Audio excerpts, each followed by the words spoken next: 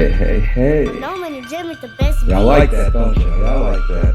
Oh, yeah. Wait. But we're going to go ahead and we're going to cut that intro out. I want to thank you all for tuning back in. Yes, yes, yes. We have been having some technical difficulties with the system. Don't know what's going on, but it's definitely I'm partially to blame because I did arrive late. 5 arrived late. And so, yeah, I have to blame you too. And we wasn't able to get a sound check. And so, shit happens when you're live on air. Anyhow, we're back. You guys are tuned in to the #1 shadow band show on the planet. G's Mystery Show, Our World Revealed. I want to thank you all for tuning in. I am your host, G, and I'm sitting next to 5DZ, the most electrifying man in streets and neighborhoods. What's happening? What's happening out there. Again, thank you all. Enough of that apologizing shit. Y'all tapped in, stay tuned in. Thank you all for fucking with us. And throwing a nigga under the bus. Hey man, I have to, man. It can't go down. Can't. You know the captain just can't have starting the boat already. seat. Hey, Yeah, I see you starting already. I'm pulling you with me, man. It's called the crab in the bucket. Oops, am I dissing somebody? Let's not say crab in the bucket. Let's say lobsters in the bucket. Does that work? Fuck no. I say crap. Nah, you watch your mouth. Watch your mouth. We're gonna say watch your mouth. We're gonna say lobsters in the bucket. Anyhow, Bob, how was your weekend? Oh man, it was on this week. It was on? Yeah. What It was was almost electrifying, do I dare say? electrifying. Was it rock eyebrow raising? Oh yeah. It was up there. Yeah. How about I say this? Did the sun have anything to do with this? Fuck no. Hell no. No, you're not giving the Suns no love? Nah. I'm rocking with them. I mean, it's the last team representing the West. That's So, fact. That's a fact. So that's why I'm with it. Now, let me ask you this. Does Chris Paul deserve the commemorable, am I saying that word? Fuck if I know. But you know what I mean. Yeah. It has to do with commemoration. Does he deserve the He's alternative MVP for not getting the actual MVP vote? Yeah, nah, he's gonna be the MVP of the finals. Okay. Yeah, hands down. I mean, the shit he did last year. Wait, you said he's going to be the MVP of the finals. Just caught that. So you're saying that he's going to win? No, not the playoffs or this championship. Win, lose, or draw. He's the MVP of the finals. Got you. You know, like I said, the shit he did last year, and then coming to Phoenix, you know what I'm saying, bringing them out of obscurity. Hey, he did that. You know, yeah. He definitely I mean, he's a certified general leader. You know, he got them boys balling, and Devin Booker. He's showing that, you know, he definitely got the Mamba mentality. He didn't embrace everything. You know what I'm saying? The great one. He has that determination. He has the eye of the tiger. Oh man, he's just not bald-headed yet. You know, he still got a full head of hair. Yeah, killer instinct. You know, big time. So you think he can fill those shoes at some point? I don't know. Big shoes to fill, man. Mm-hmm. You know what I'm saying? You know, you can come to the party. They let you come to the party with one ring. You know, that's all you need is one to get in. But we got 17 of them things. So. Did you have to throw that number in there? How many Clippers got? We ain't gonna say nothing. We'll hold there you go. There you go. Anyhow, we'll be back next year. 5, you know, a lot has happened this week, man. I mean, some good, some bad, some tragic, some things we just aren't aware of yet because it hasn't came to light. Mm-hmm. But what has stood out to you this week? I would say the biggest thing that stood out to me this week, yes, sir, would be Donald Trump's CFO getting indicted and the feds found out that they had a tax scheme going back 15 years. Yes, sir. And you know, had the company paying for all kind of personal shit for his boy. Well, that didn't make G's news, but since we're talking about it right now before we actually get into the show. Okay.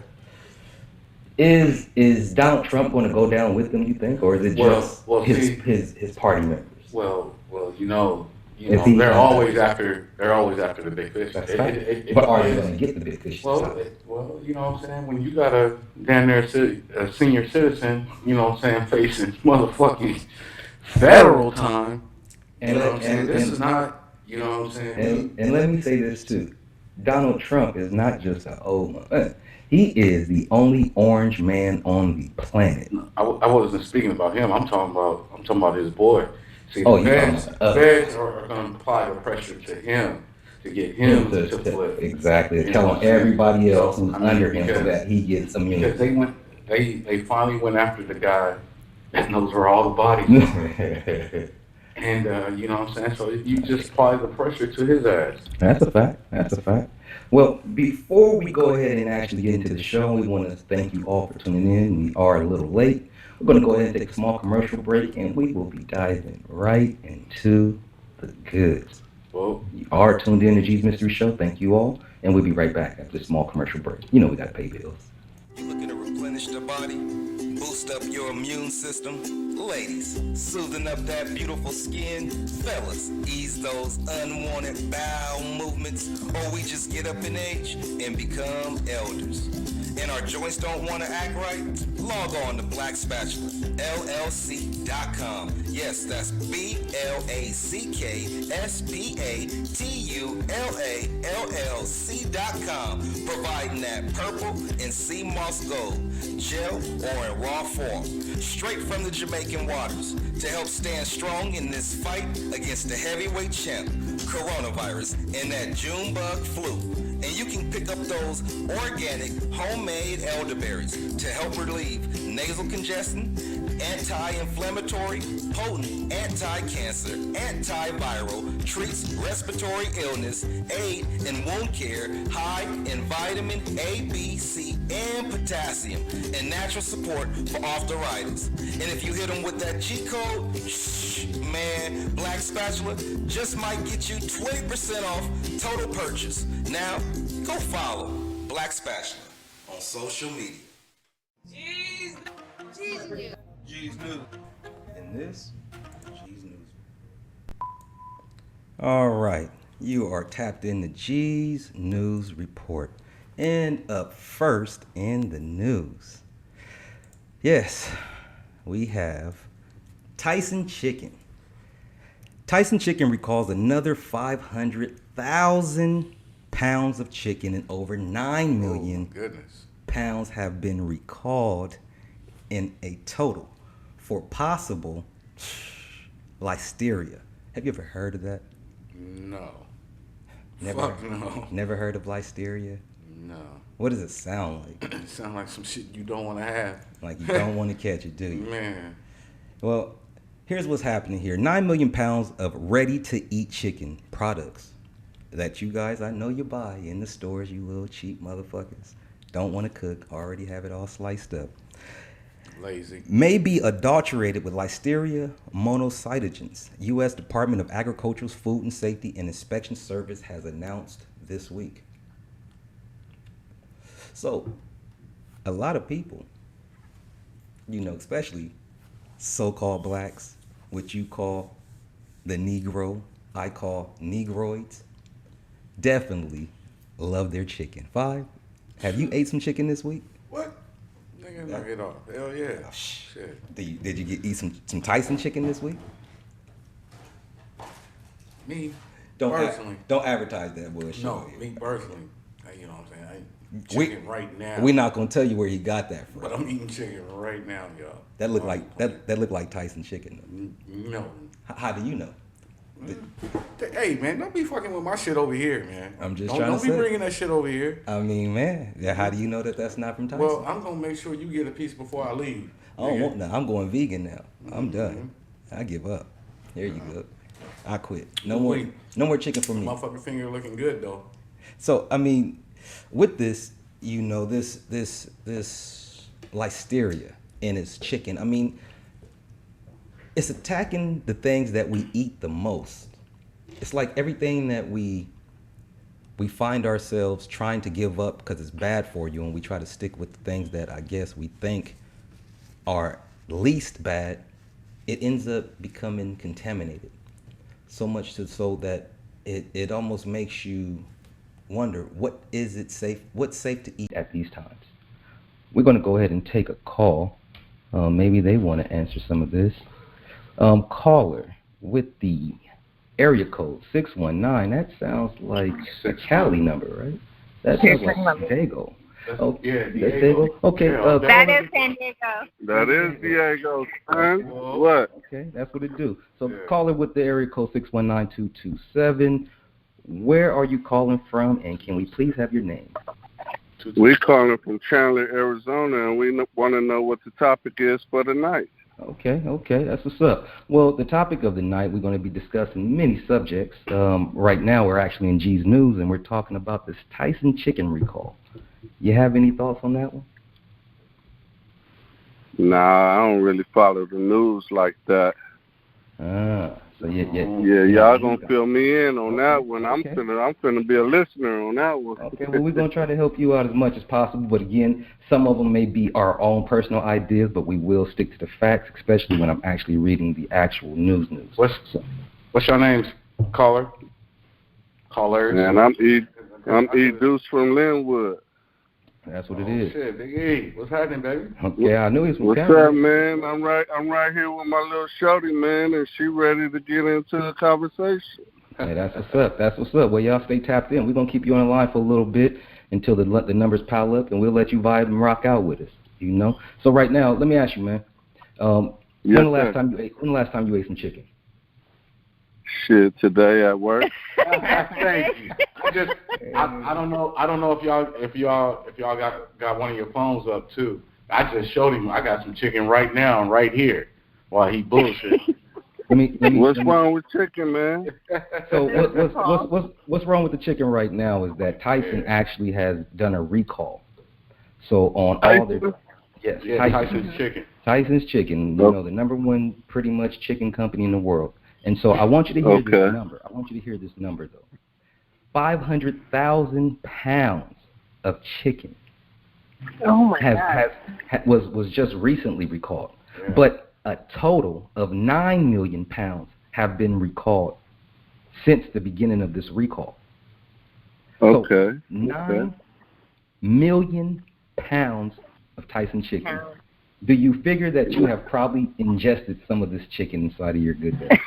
Nah, I'm pretty sure I have. Yeah, don't bring that shit this way. Okay, well let me ask you, have you bought any? I don't eat Tyson's chicken. Okay, well I'm gonna. No, I don't. You don't think you? Well, I haven't bought any chicken. Okay, well you might not know that you bought Tyson's chicken, but let me ask you, have you? I haven't bought any chicken. You haven't bought any chicken, so where have you? So you said you ate chicken a day, right? Yes, sir, and I'm gonna tell you where I got it from. Okay. I got it from my job, which has a healthy meals program. Okay. They feed a lot of people, and they themselves are in the news. So I'm pretty sure they didn't buy Tyson's Chicken if they heard Tyson's Chicken was in the news. Okay. Now, I'm not for sure, but I didn't know that this was in the news myself. And I don't know if I have had bad chicken, but the way that this company gets down, they would probably know before me. Gotcha. But if they didn't know, you know, I'm good. Well, they might not know unbeknownst, because see, here's what's happening. I've got to tell you. The side effects. Okay, I'll get into the side effects, okay. But before we get into that, I just want to, because I want to inform the people when they say that they say, hey, I didn't eat no Tyson's chicken. But see, you're actually literally thinking that you have to go to the store and purchase Tyson's chicken. It doesn't work like that. Tyson's Chicken is a major distributor of chicken. True. Okay, and now they have distributed to Walmart. So if anybody who's ever went inside the actual Walmart to actually eat the food inside the chicken place that's already cooked, yes, they have already digested Tyson Chicken. So now, hold on. A lot of your local restaurants that you guys go to? You know, go ahead. Which ones, though? What do you mean? Walmart. They're a chicken distributor to Walmart. So they have big rigs. They have a contract with Walmart? Yes, they have. So this I'm trying to tell you. I'm glad I don't. They have big rigs that pull up and deliver to all of these stores. Now, hold on. It's not just stores. It's also restaurants. So some of the restaurants that are unnamed right now, they serve you Tyson's Chicken. And so this recall has been going on since the end of 2020, going into 2021. So it's a large gap of people that has already ingested. Okay. Go ahead. But there's well-respected restaurants, like well-known, like Chick-fil-A, for instance, right? Fact. Here we have the Raising Cane's. Those are really popular chicken distributors. I highly doubt that they are purchasing Tyson Chicken, especially after the recall, because they're still open. Are those some restaurants that have been brought into question out of curiosity? Well, right now, from looking at it, it appears that they're not naming none of the big names as far as big company restaurants at this time. They're pretty much trying to stick to the main distributors like your Walmarts, your Krogers, your basic food stores around your areas, Albertsons, and all the things you shop at, to where they're letting you know. And it's not just those foods. So a lot of people buy like the chicken that's cooked for the kids, like chicken nuggets, Tyson chicken nuggets, Tyson's already made sliced meat for chicken tacos, whatever. Those type of things are definitely infected. But here's how you can possibly kind of get a feeling of if you've been infected. First of all, and then if you do, you may not, because you just might already be dead. Listeriosis can cause fever. So if you had any fevers, possible. Muscle aches, headaches, stiff neck. You get that crook in your neck, and you're like, oh, why my neck hurt? Probably ate some bad chicken. Confusion. Oh, shit. Well, this is all the stuff. That's almost every female I know. Yeah.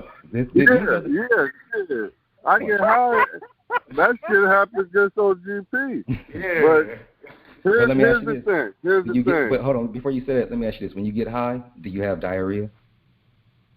Well, listen, personally, I don't get high. But here's the thing. Hopefully you don't get diarrhea. The FDA allows a certain amount of salmonella to come through with chicken anyway. No, you're absolutely right. No, he's right. He's absolutely right.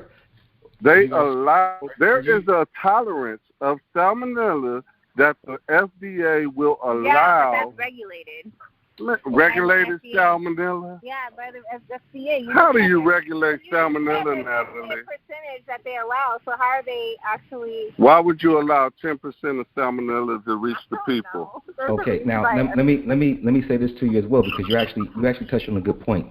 They actually do allow a certain amount of salmonella, and this isn't salmonella, by the way. This is something totally different. This is listeriosis, something different. But at the same time, it still has the same cousin relative of the same type of bacteria, that can mess up your body. Now, with that being said... Yeah, actually, you guys are speaking to the phone. You can't hear us? Okay, there you go. Yeah, you sound actually clear right now. So now, let me ask you this. When you're dealing with, you said you don't smoke marijuana, do you? No, not at the moment. I have. Hey, but it's recreational in Arizona. Ooh, let's get it. Well, I'm finna light this one in your honor, E. I'm finna light this one in your honor right now. Gotcha. I wish I was there to smoke it with you. Oh, man. But now, you come next section. Yeah, look at y'all. You know what I mean? But now, let me just show you the difference, because, what we could cause confusion, right? But when I asked you about diarrhea, and I mean, we don't want to get too personal, but again, this is G's Mystery Show. It's unfiltered. So we're going to go ahead and just say what we have to say. You don't have to answer. But do you have diarrhea? Had you had diarrhea in the last week? Well, I was telling a joke when I said that, but I was saying you was naming a lot of symptoms that most people wouldn't associate it with the chicken that they just ate. Right. That's what I was saying. Most definitely. No, I got you. So now let me ask you this, and I won't even ask you. I'll just go ahead and say also with some of these symptoms, you can get gastrointestinal symptoms. So when you have a lot of gas or something going on with your intestines, or you feel something, that can also be a form of this parasite. And at the same time, for ladies, it can cause miscarriages, stillbirths, and premature delivery. So a lot of times when these things are happening, they may not even know that they've been infected with this bug. So it's definitely something that you can look into, and you definitely want to research on before we move on. But at the end of the day, the ultimate thing that this causes is death. So This is what they're scared of, and this is what they're going rapid out. But then when you get into conspiracy of it all, how did this pass through? Is it all? How did it do it? How did it do what? How does this pass through? How does this make it through the cracks? Exactly. How does this make it into the mainstream? Man, we talking about the government. We talking about human attributes. They don't care nothing about us, man. They gonna do what they gonna do. Tyson Chicken is gonna distribute their chicken. If nobody makes a fuss about it, and I like how you're putting it out to the people that may or may not know that some of the symptoms that they are having is associated with chicken, but it's going to get through, man, because we don't have people governing a lot of aspects of our lives that will, the way they should the people that's in power, that's elected to do just what you just said, ain't doing their jobs. Simple as that. Hold on. Go ahead. On the contrary to that, you do have the ability to go to a grocery store and purchase chicken that has been, organic, or we have all of these different alternatives you have now. Options. Yeah. Correct. We have alternatives now, so we don't have to buy the cheap Tyson chicken, so to speak. You hear me? So. Yeah, I don't know if it's cheap or not. Hold on, Bowler. I don't know if Tyson is Wait really. Wait a minute, man. What kind of chicken you buying? I don't know if Tyson is really cheap. Hey, I'm buying all the healthy stuff, all of it. Look, the I don't know if organic Tyson's milk, really cheap, the but organic eggs, the best chicken on the shelf. I heard that. Now, before we move on to the next part of this segment, I do want to touch this on what my man said earlier, is that they allow a certain amount of salmonella and a certain amount of pathogens to pass through. He's right. Because what a lot of people don't know is that the FDA also allows a lot of pathogens to pass through, like fly larvae on your noodles, on your spaghetti noodles, on your you have a lot of bugs that pass through. You have a lot of droppings from rats and things that pass through. A certain amount of percentages always on your food. A certain amount of maggot larvae. Well, that's with everything, though. Yeah, that's with everything, because even your fruits. It's right, correct. Some of that shit is needed. So it's not needed, but needed. But at the same time, it's just here, and they can't get rid of it. So it's going to always be a percentage of some people who's just going to get fucked up at the end of the day. Okay, right? Nakia in the chat room saying they can't hear you guys, callers. Oh, they sound pretty clear to me. I can hear them. I can hear them. In the chat room, they say they can't hear you. Well, they can't hear me? They definitely got a lot of energy. I can tell you guys that if y'all can't hear them. Hey, woo woo! And we're on speakerphone, so that's why. Okay. My bad. That's what it is. We'll try to speak. Yeah, we'll try to speak into the phone. Okay, because it's two of you. That's why they can't hear you guys. Got you. So I'm gonna let this one ride, but usually we prefer that the person actually is just on the direct call, no speaker. Y'all should be using the other person's phone to be live on YouTube, then, so you can see. But no, it's cool. We're gonna rock with this as long as they got the volume down. They have the great energy. Hopefully they. No, we just want to both. We both want to be included. That's why we did speaker. Hey, that's teamwork. Yeah, so now let's get it. Let's go ahead and move on to this. All right. Up next, 5. Sophia Lane, the mother of Vanessa Bryant, and widow to the Laker basketball legend Kobe Black Mamba Bryant. Oh, you can tell she's single now. Are in a heated court battle. Do you want to know why? Wait, her and her mama? Yeah. I want to know why. Yeah, what's up? Yeah. And I want to know why we care. You want to know why we care? Okay, so let's go ahead and get into this. Yeah, so some may care and some may not, but at the end of the day, this right here, it appears that Sophie Lane has filed a lawsuit against Kobe Bryant's estate in regards to claiming Kobe. I mean, she's suing her daughter. Watch this.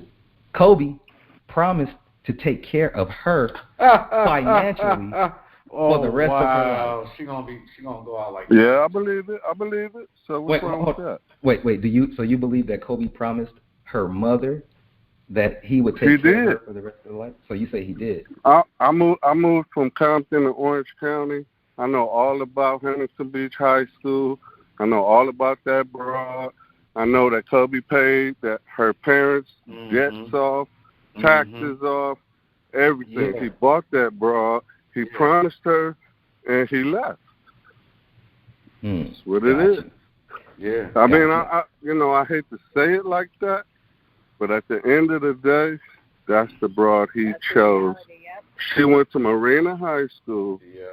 She didn't have much. He liked her. He didn't have many broads before her. Yep. He promised her the world. She probably didn't get a job. She didn't. So what's she gonna do to provide for herself? And now he's done. She was doing music videos. But hold on. But now. Barely doing that. She just started doing that.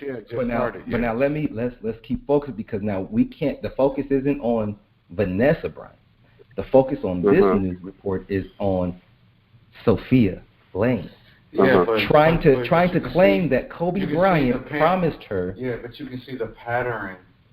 You know what I'm saying? That's what I was trying to say. A pattern. You're trying to say that she learned this from her mother, and her mother. She was no good from the beginning. Are you talking about Vanessa Bryant or her mother? Because Sophia Lane is the one that's claiming that Kobe Bryant said that he's going to take care of her for the rest of her life, and Vanessa Bryant is saying no. And matter of fact, we want you to go ahead and go. We want you to do your own thing. This is mother and daughter dispute over money, over the dead legend's estate. Yeah, money, man. Go away. I mean, who's right? Who's wrong? Mom's is. I'd say she's wrong for. So hold on, I don't understand. Are they in agreement, the daughter and the mother? No. They at each other. The mother is suing the daughter because the daughter. Gotcha. Okay, makes sense. Okay. Okay. So wild. So when Kobe got with the daughter, he paid the parents' debts off. Yep. He probably told the mother, "I got you, boo. I got you. I got your husband. I got your daughter. I got any kids we gonna have." Gotcha. Now let me ask you this: since you said that way, is that a legal binding contract? Kobe's no longer here, so is that still obligated when it's her estate now? Everything is hers now. She is the widow. She has the kids. It's in her name.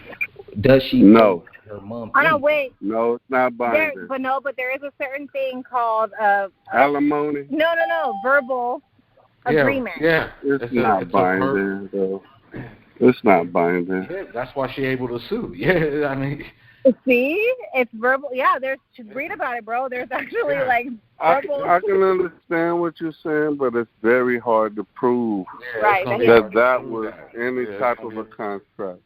Now, the way you could prove it is, did she take care of the kids a lot? Did she give up her career? Did she just stop working because she was cool? Supporting them? Was he supporting them? Did she get a check every month that she counted on? Now that type of thing is enforceable. Gotcha. Got you. Okay. So now let me ask you this in regards to her. So if this was, since we have you on the line, and I want to speak to the lady. My man's right here. Whatever God you believe in forbids that it happens, and he's gone. He has enough money to take care of everybody. And all of a sudden, he goes, and he supposedly said something to your mother, to where now she's coming at you to reclaim, and you either are aware or unaware of it, but at the same time, now your decision comes to say, you can have that, Mom, or no, Mom, it don't work like that. I can help you, but you're just not going to claim the money. So what do you do? So I feel like they don't have a good relationship, first and foremost, because I don't think my mother would ever do that to me, especially being a widow and my husband passing. I think they should have handled that in discretion versus taking her to court and trying to take legal action, because this is a grieving wife. She's got children, her husband passed, and you're really going to sue her over some money, and that's your mother. Yeah, I would never even get to this point with my family. So honestly, I don't even know what to say. I'm baffled at this point. Okay. Okay, I mean, so at the end of the day, you really don't know. You'll just say, it's probably just they already had something going on and they were both money hungry. Yeah, but if there was a loving family, like Vanessa should have been willing to care for her parents, right? So this wouldn't even be an issue. Yeah. There wouldn't be any gold diggers or people, trying to. There's something not right here. This is what I'm saying. Their relationship is flawed. Something is not being revealed in the media because you don't just sue your daughter when she's obviously rich because her husband passing. So she definitely has enough money to take care of her parents. So why is it even amounting to this? Why are they even going through these great lengths? It doesn't make sense to me. Hey, you know how they say money changes people? It's true. This is a perfect example. I say no, yeah, but I say no, money exposes who you really are. Hey, it does. It does. It does. Okay. It really does. You know what I'm saying? Because at the end of the day, if it really doesn't matter, you're gonna do the right thing. You're gonna do shit without motherfuckers asking. Motherfucker ain't gonna need to ask. Right. No, that's a fact. If we, you know what I'm saying? If you brought up like that, like real family values, you know what I'm saying? Like if when your family gets together, if it's a small block party, you're a tight family. True. You know what I'm saying? I get everything you're saying, especially. You know what I'm saying? I come from that era when me and my cousins, we all slept in the living room, like all 9, 12 of us on the floor. God, you don't think they did? I mean, you know what I'm saying? They're Latino, right? Right. They're Latino. No, so I know that. He ain't. No, I'm talking about Vanessa. I'm talking about Vanessa Bryant and her mother. Yeah. So I'm pretty sure that they have just a large amount of siblings as we did. And you think that they would be tight. No, I mean, I do profiles, so it's a package. G's Mystery Show. It sounds like a gold-digging family, to be honest. It feels like everybody's out for themselves, and they're just trying to make a buck or two at this point. Got you. Well, let me say this to you guys. You guys have been great, but before I let you guys go, because I do have other callers on the line, I want you guys to continue on listening. You know what? You guys want to play a game?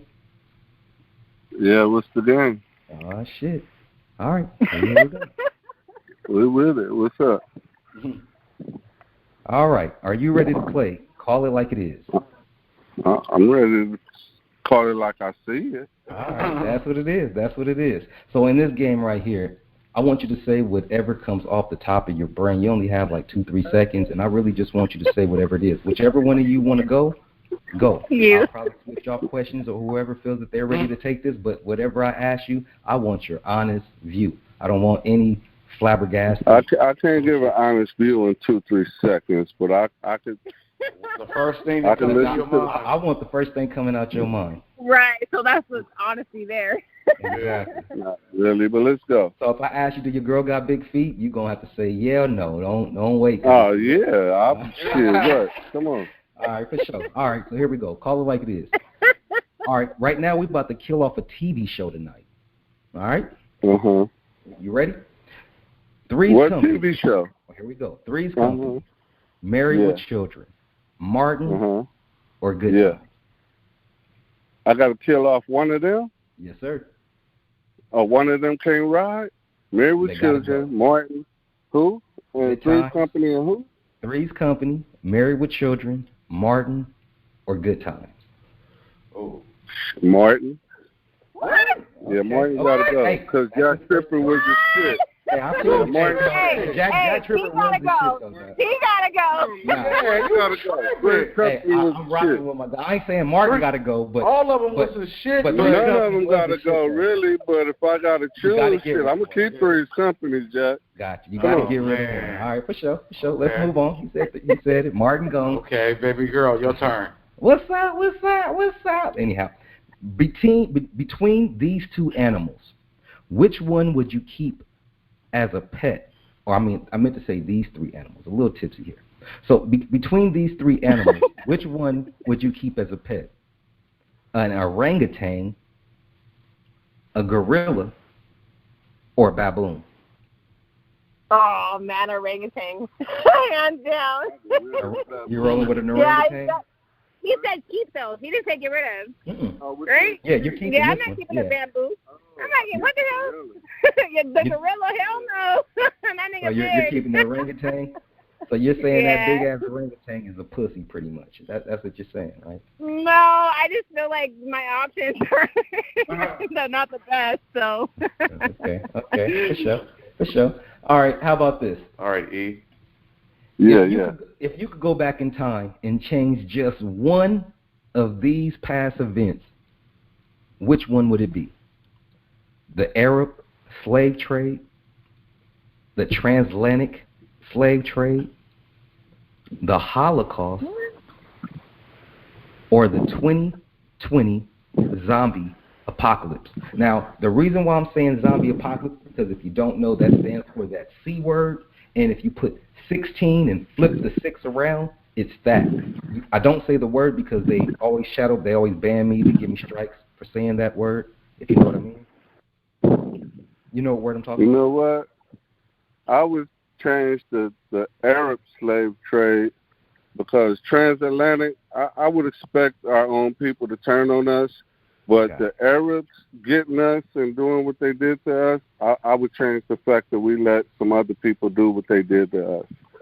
No, I know we gonna do that because that's how we do to our people. So I can see that coming. You gave an excellent response, and because if you look at it all, the Arab slave trade was the worst slave trade. It's the trade that started it all. Now, with that being said, it was all the same. Arab, Portuguese. It was a little different. It was a little different. It was a little different. It was a little different. But we all right. Well, anyway, I would accept us. I would accept us doing that to us because that's how we get down. You know? No. You know, we'll stick with the Arab slave trade, like you said. That's the one I would change, and none of this probably. But anyhow, let's go ahead. If you could be any other living entity other than a human being, what would it be? God damn, a lion, I guess, because he gonna send the broad out to do all the work, and he gonna sleep all day. I would be a bird so I can fly everywhere. I got you. But you know, birds be shitting everywhere too, though. You know. What? I said birds be shitting everywhere too. Motherfucking news. Hey, I'm gonna shit on a motherfucker real quick. Hey, I've been shitting on before too. And still his food. No, but the lion now the lion is definitely a beast. But why a lion over a tiger? He just went swimming in the pool, so he'll have to answer you later. Yeah. Okay. All right. So now let me ask you this one. If you could take back, and before I get into this, I just want to say to this world, just listen, and to the YouTube and all the censors out there, this is a game show. Eric, come here. We don't mean any offense by these questions. I mean, so don't take it there. This is humorous, comedian / freedom of speech, but at the same time, again, it's open for speculation. Anyhow, back to the question. If you could take back one of these words from the LGBTQ123 ABC community, my God. which one would it be? You can take one of these words back. Gay, which equals happy. That shit don't.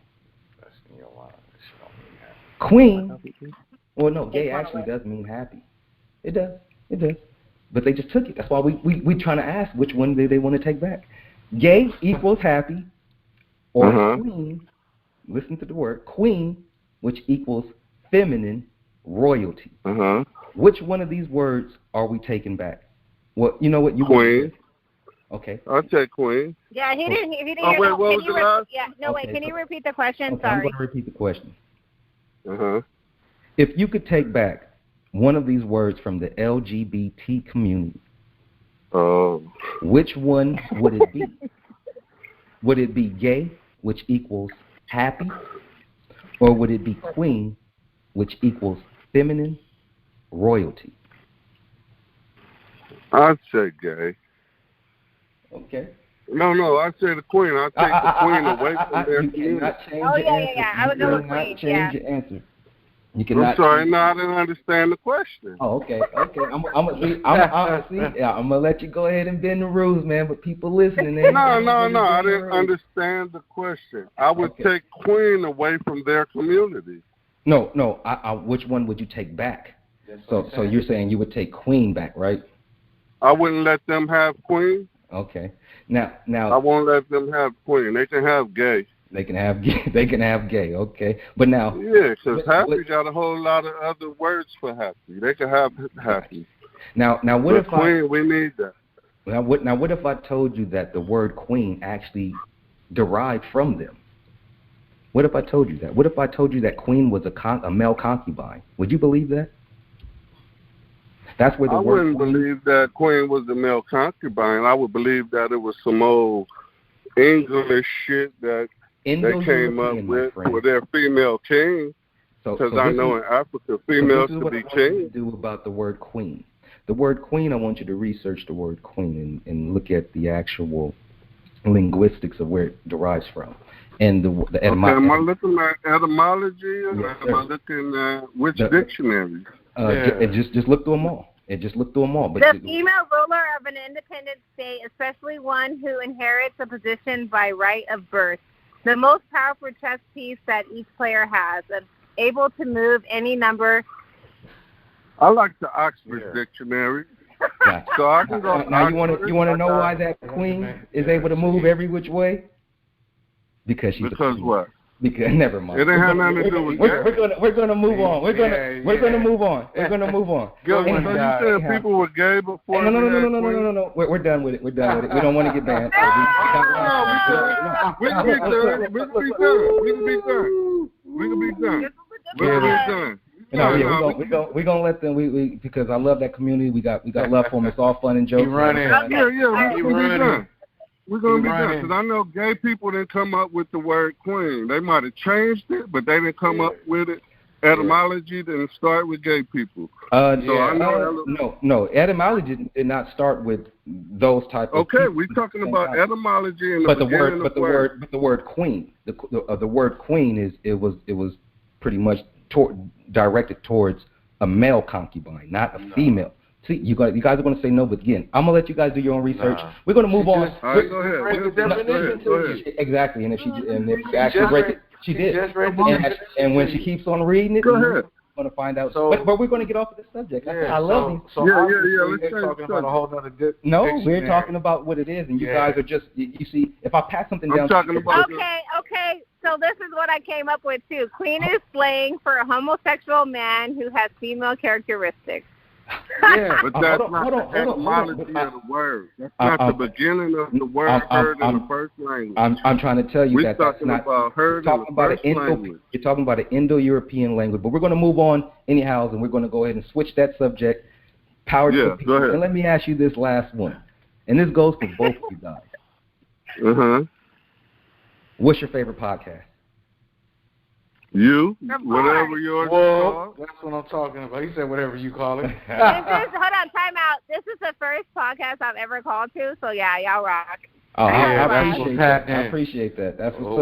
Well, you're actually tapped into G's Mystery Show, Our World Revealed, and I want to thank you for calling in. So we're going to go ahead and let you guys go. I want you guys to keep on vibing. If you want to call in later on, go ahead, feel free, because we got a lot to discuss tonight. We ran a little late, man. We definitely got to celebrate tonight. That's a fact. We ran a little late. Yes, sir. We're gonna tap in on some other subjects. Gotcha. But we got calls on the line, so we're gonna go ahead and take some other calls. But definitely tune in. You know what I mean, or talk shit in the chat, man. Do what you do. Appreciate it.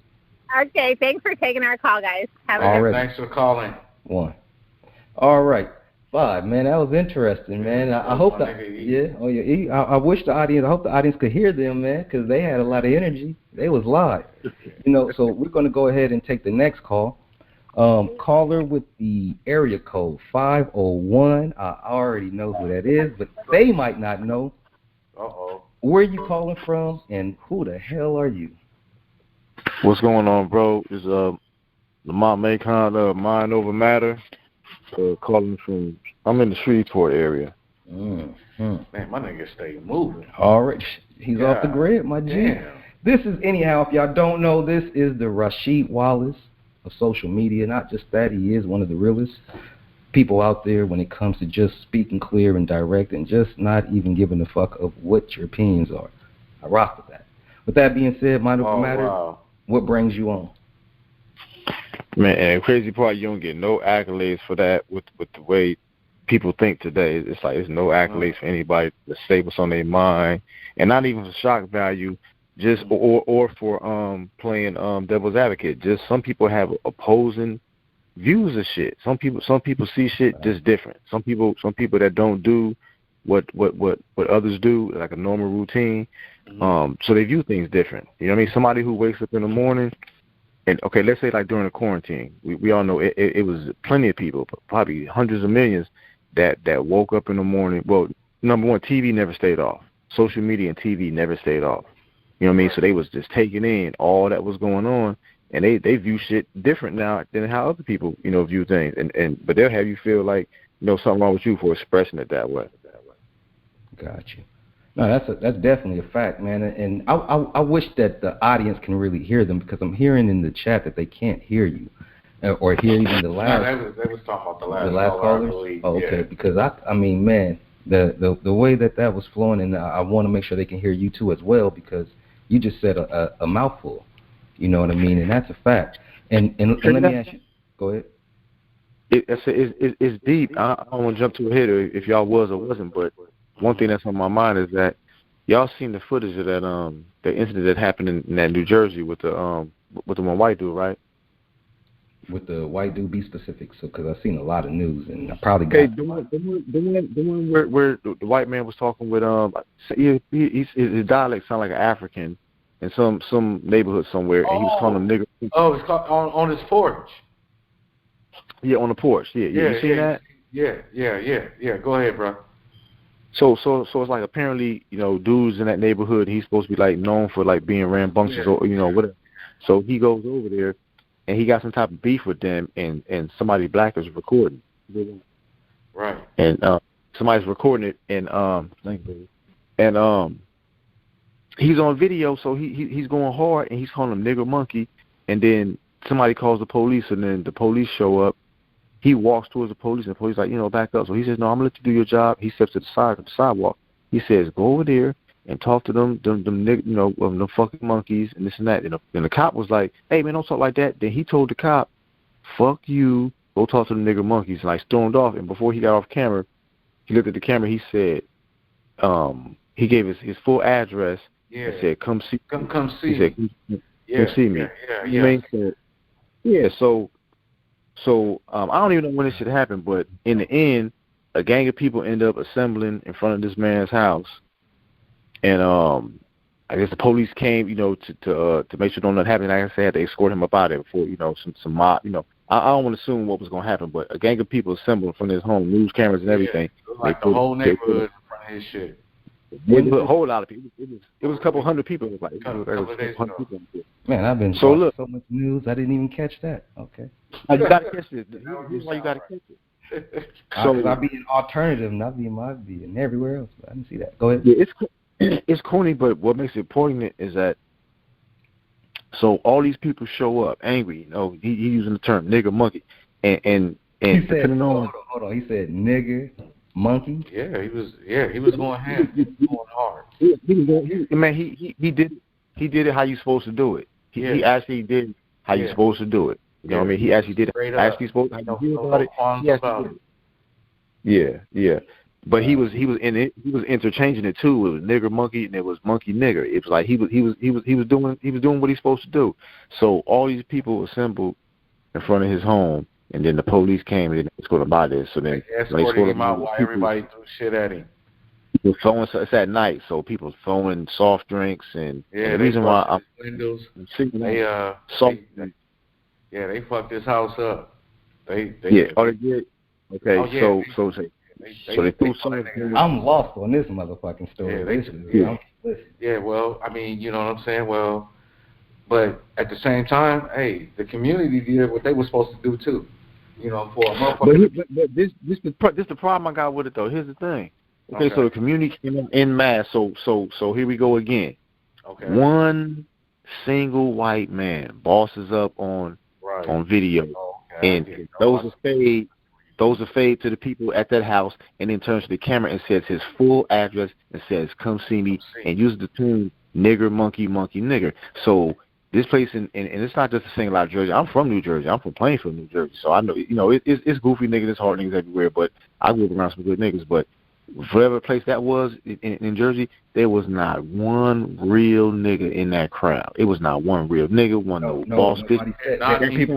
Nobody said nothing. They were just throwing shit at that crowd. Hold on. That crowd was full of onlookers and people who are apologetic to white people. Everybody had their phones on. There's no way in the world a man, everybody had their phones out. There's no way a man's supposed to face a camera and give out his address and use those terms that he wants to smoke, come see him, and then people assemble. It was supposed to be an assemble and then rushing up in the motherfucker. I had no respect for that shit. To me, he's the boss. He bossed it. The police had to come pull him out of his house. Nobody was gonna pull him out. They had to pull him out of his house. They say for his safety. He ain't like he called him, "Hey, come get me." You know what I'm saying? So it's like, and then black people are rejoicing and saying, "Yeah, that's what we gonna do. It's a pull up summer." That make niggas look super weak. Weak. One white can do that, and then a whole. So now it takes hundreds of us to threaten one. That leads back to that story of how they got niggas over here on the ships. Well, it's psychological warfare that goes on. Like that's why you see a lot of black on black so-called crime going on, because a person who looks like you, especially in our culture, is going to be more attentive to do something to somebody who looks like you because you don't have a hold on. No, it's not. No, it's not. No. Yeah, statistics. No. Statistic fact. That's why you have more black on black crime than anywhere around because it does because that's just more. I can guarantee. No, let me just say this to you. See, you're not listening to what I'm saying.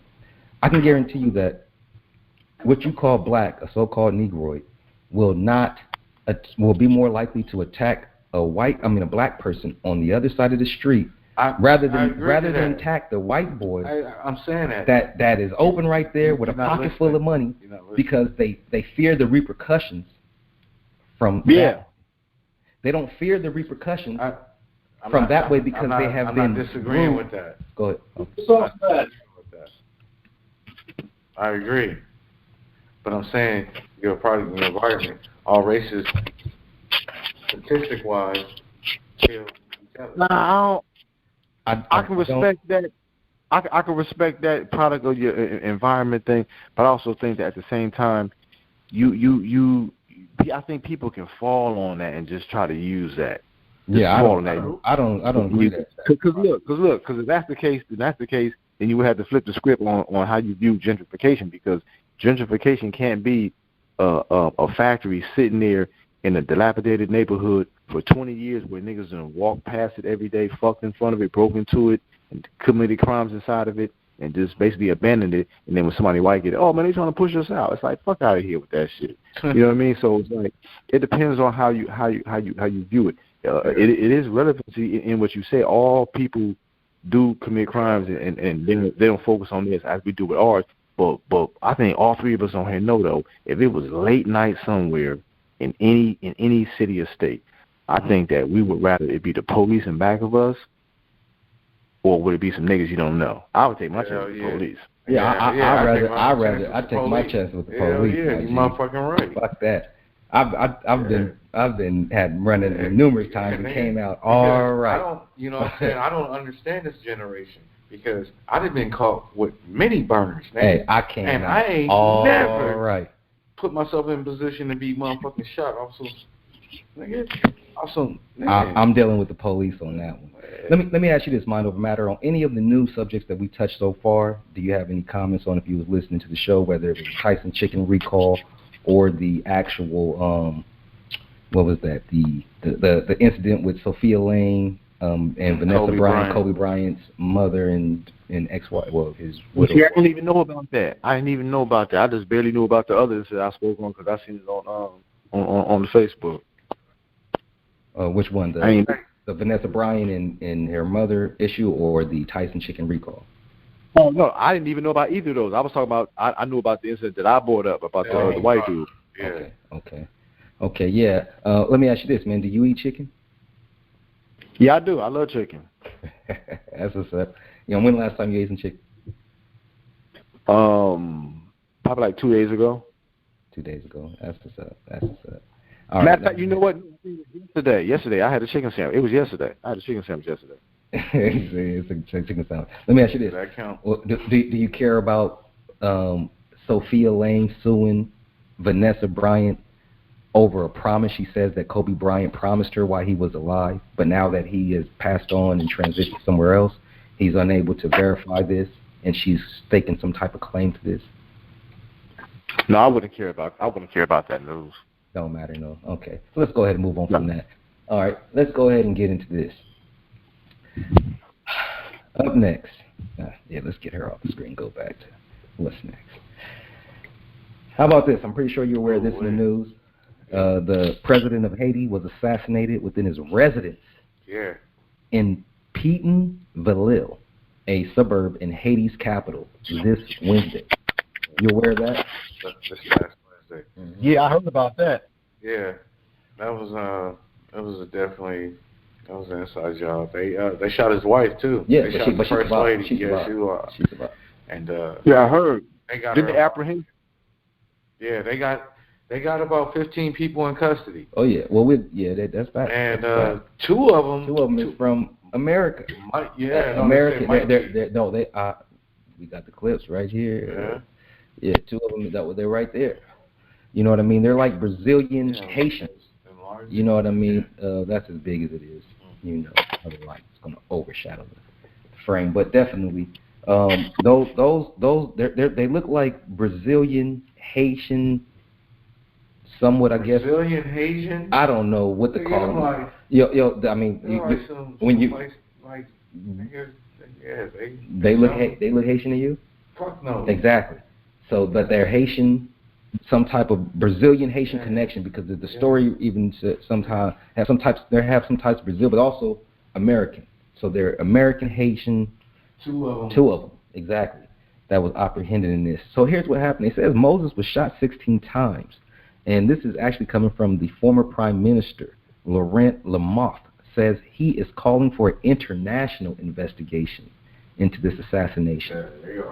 Because they actually stormed his home. Yeah. And it appears that some say the president had a lot of enemies due to his possible politics and the way that he was reforming things in Haiti. Yeah. What do you think about the reformation of Haiti? Can it be done? I mean, they say it's the most corrupt nation on the planet. And he had a 80% approval rating. So the people was, you know what I'm saying? The people over there was with him, was with his ideas, his policies. So of course, you know what I'm saying, when you come with change, you're gonna create a lot of enemies. You know what I'm saying? So, and, they buck wild over there too already. That's a fact. So they already with the business. So they definitely with the business. I mean, they don't have no problem. Hand-to-hand combat. So you have a motherfucker that's willing to, you know what I'm saying, put that shit out there. You got motherfuckers willing to do it. So that shit's cold. But 16 times. She survived, and they threw her up out of there, and now she in the States. Yeah, she gets automatic asylum. Oh, let me ask you this, Mind Over Matter. What do you think about Haiti? I mean, I read about some of the history of it. The revolts, the case system. Every bad aspect about it. Not too much, good. You read about it until prior to the colonizers coming over there. But I don't know, man. To me, it kind of like brings to the point when you hear a lot of people bring up the Haitian Revolution and how they defeated, that army over there with no weapons and spiritual. It's like, but they getting the blues now, back to back in our lifetime, and people are still hang on to the Haitian Revolution and how they defeated the French or whoever. I don't know, man. It's nothing really gonna wake people up. If they ain't woke now, they're not gonna wake up to this shit right here. Got you. That it's possible. Definitely, it's hard to say when you're dealing with a nation like that. I mean, can we look at that as being a model of a civilization that us in America say, we want our freedom. We want to create an all so-called black state. Mm-hmm. Is that a model to look at of what it will become? Or is that just something else that has to deal with something that happened that had a bigger hand that we just are probably overlooking and we can probably rise different? Or is that our future if we was to just separate ourselves? Mm-hmm. That's hard to say, bro, because it's like all these different movements. I mean, back to Africa, like why nobody doing it back to Haiti? Okay. They could use the help. It's just, I'll stay away from that fantasy world of we separating from the white man, we doing all this and that. I don't even entertain that no more because people play with it so much, it's not even funny. Yeah. People play with it. I mean, live how you gonna live, but people be playing with it. That it's like, come on, man, because it can really happen. Facts. Most definitely, it definitely can happen. Five, you have anything to touch on this before we move on? Man, I agree. It can definitely happen, and if motherfuckers ain't paying attention, the new modern day civil war is coming. Mm-hmm. Man, I remember, man. You know what I'm saying, in the streets and niggas going through the jail system and you hear stories and motherfuckers say, oh man, a race war is coming. Facts. You know what I'm saying? And now, mm-hmm.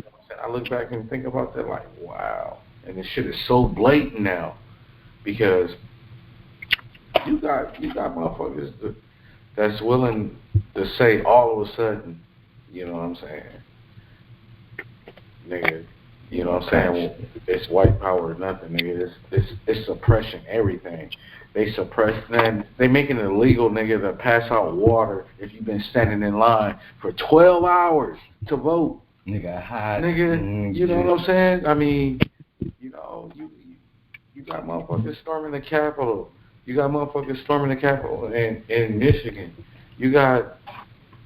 You know what I'm saying? You got white supremacists marching everywhere. They just had a march in, what was it? Philadelphia? Was it Philly? Well, they actually marched out here.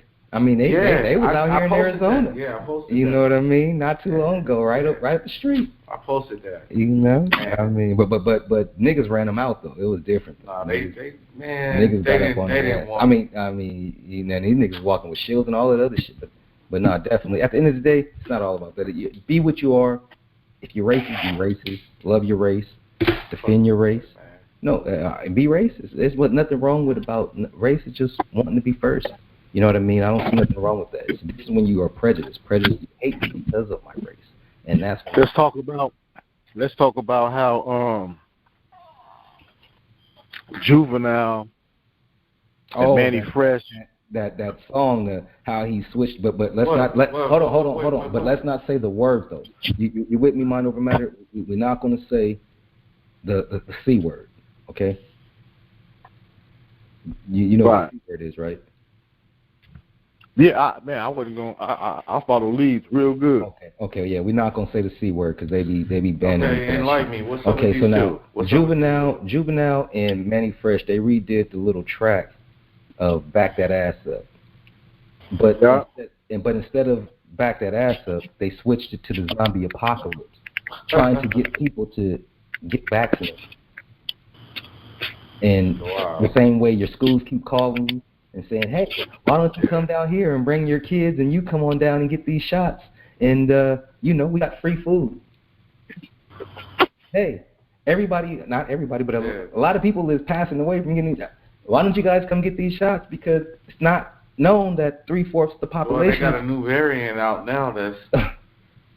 3/4 of the population is supposed to go deceased according to William Cooper. That's Bill Cooper, Behold the Pale Horse, and all these other things. That it appears that it's an agenda being pushed, but at the same time, They want you somehow to get you into this. And now they got your rappers remaking old classics.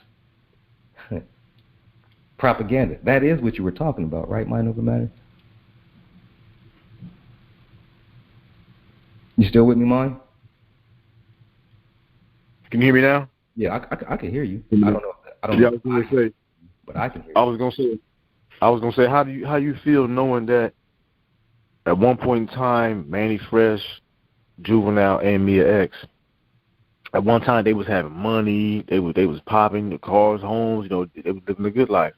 And then I guess it slowed down, or maybe not enough investments, whatever the reason may be. We listen, go on, but the thing is, the money done slowed down. That's obvious. The money done slowed down, so it's like there's no way for anybody to sugarcoat or to even make an excuse for them doing it. To me, you just can't say, oh, they just did it for the money. It got to be way deeper than that. No, that's a fact. It got to be way deeper than that. I think you're letting people off the hook. You say, oh, they just doing it for the money, and then you say, oh, well, I wouldn't do it for the money. Now the thing is, you saying that we know they ain't paid them. We know they wasn't paid no $500 billion to do that video, right? That they nobody gave it $500 billion coming. So like was it 10 million? It's like we know it wasn't 10 million. We know that it couldn't have been much to do that right there. They couldn't have paid them people much. So it's like y'all was willing to do that, just throw away whatever people even thought about Juvenile or Manny Fresh or Mia X, whatever we thought y'all was, or thought you was hood or whatever. You just threw all that shit away for that little bit of change. That's a testament to that celebrity worship. No, that's a fact. So do you think that there's a underhand puppet that's controlling them all? That is deeper than, like you say, deeper than what we think. It's not about the money. It's more so that there is this wizard behind the. There's always a higher power. There's a wizard that is in the eye somewhere behind the curtain. It's definitely somebody behind the scenes. But the thing is, it's like you can look at it as a weird, like a situation like Ricky Ross. You know what I mean? Find somebody and use them, as a tool. Them now in their minds. Oh, it's just for the money, straight up. It ain't no conspiracy with them. It ain't no they part of it. Ain't none of that shit. Them niggas just needed some money. They did a lot of things for money. That shows right there. But the thing is that of course there's something behind it. Because I was amazed at how it's mixed in with the with the casual sex. I was like, damn, that's a good one right there. You know what I mean? They mixed it in with it. Mixed it in with it. You know what I mean? So it's like, and it makes sense. It makes sense because it's all. If an adult mind can't reason that, okay, a pandemic came out and I haven't caught it. Like with me, I haven't caught it. I haven't caught COVID. Not that. No, I mean, I haven't caught anything. Whatever you, just not that. I haven't caught anything, and it's been over a year. So why would I take something to prevent me from catching something that I haven't caught? No, that's a fact. And then for those you wouldn't take an aspirin if you didn't have a headache. Some people might take syrup if they don't need syrup, but they do it all the time. You know what you mean? Syrup? Cody. Okay. But, I thought you meant syrup. Never mind. But anyhow. Are you going pancake syrup? No. But this nigga said pancake syrup. Yeah, why you said syrup? That's some nigga shit. That's how you know this. That's how you know that nigga ate syrup sandwiches. You know what I mean? That nigga had on that motherfucker, just nothing. I had the Miracle Whip sandwiches. Hey, I'm with you on that one. Yeah, I had Miracle Whip sandwiches, nigga. I had the Miracle Whip. I don't like mayonnaise like that. I don't do mayonnaise at all. Nah, Miracle Whip, not mayonnaise. Miracle Whip is different, though. I mean? Well, no, I definitely made the Miracle Whip sandwiches. But no, hey, we're going to go ahead and take a small commercial break. Mind over matter. You going to stay with us, or you going to go ahead and keep it moving? Yeah, I'm sticking around, man. All right, well, we're going to go ahead and take a little small break. We're going to be right back. You know what I mean? Thank you for tuning in. And all those out there tuning in, if there is a technical problem you guys can't hear, I'll do my best on the rebroadcast. If you guys do want to go back and rewatch it all over again and try to edit in the actual sound, because, man, we'll hope to get it right. That's just how it is, man. Just more work, but definitely need to be done, because this is actually a great show. And, man, Can't wait to come back. You're tuned in to G's Mystery Show. I'm your host, G, and I'm sitting next to Easy. You already know what it is and what it do. You got Lamont Macon, or he calls it Macon. Ain't no conning. He is the Rashid Wallace of this motherfucking meeting. That's a fact. See, you can find us later on after the show. We'll be right back. You tuned in to G's Mystery Show.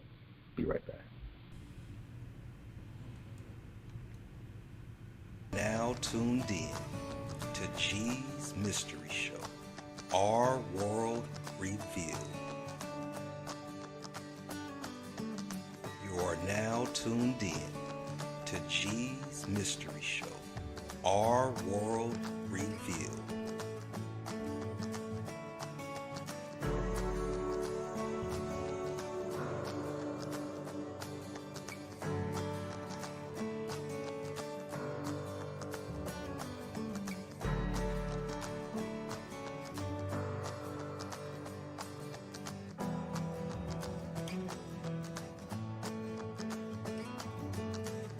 Now tuned in to G's Mystery Show, Our World Revealed.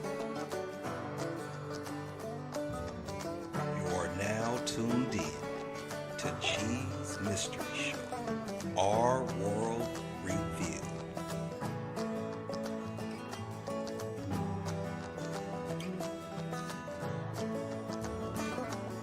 You are now tuned in to G's Mystery Show, Our World Revealed. You are now tuned in to G's Mystery Show, Our World Revealed.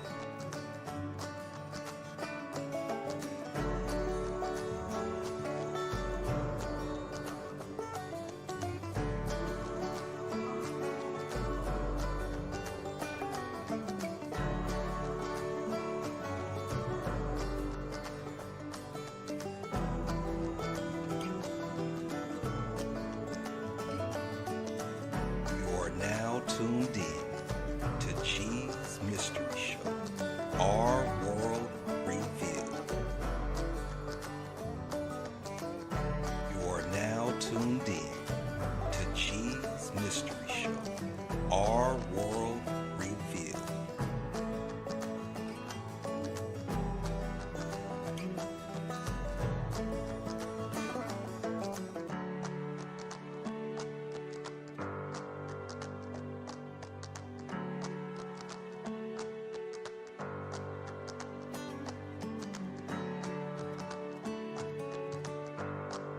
Now tuned in to G's Mystery Show, Our World Revealed. You looking to replenish the body, boost up your immune system? Ladies, soothing up that beautiful skin? Fellas, ease those unwanted bowel movements, or we just get up in age and become elders. And our joints don't want to act right? Log on to BlackSpatula,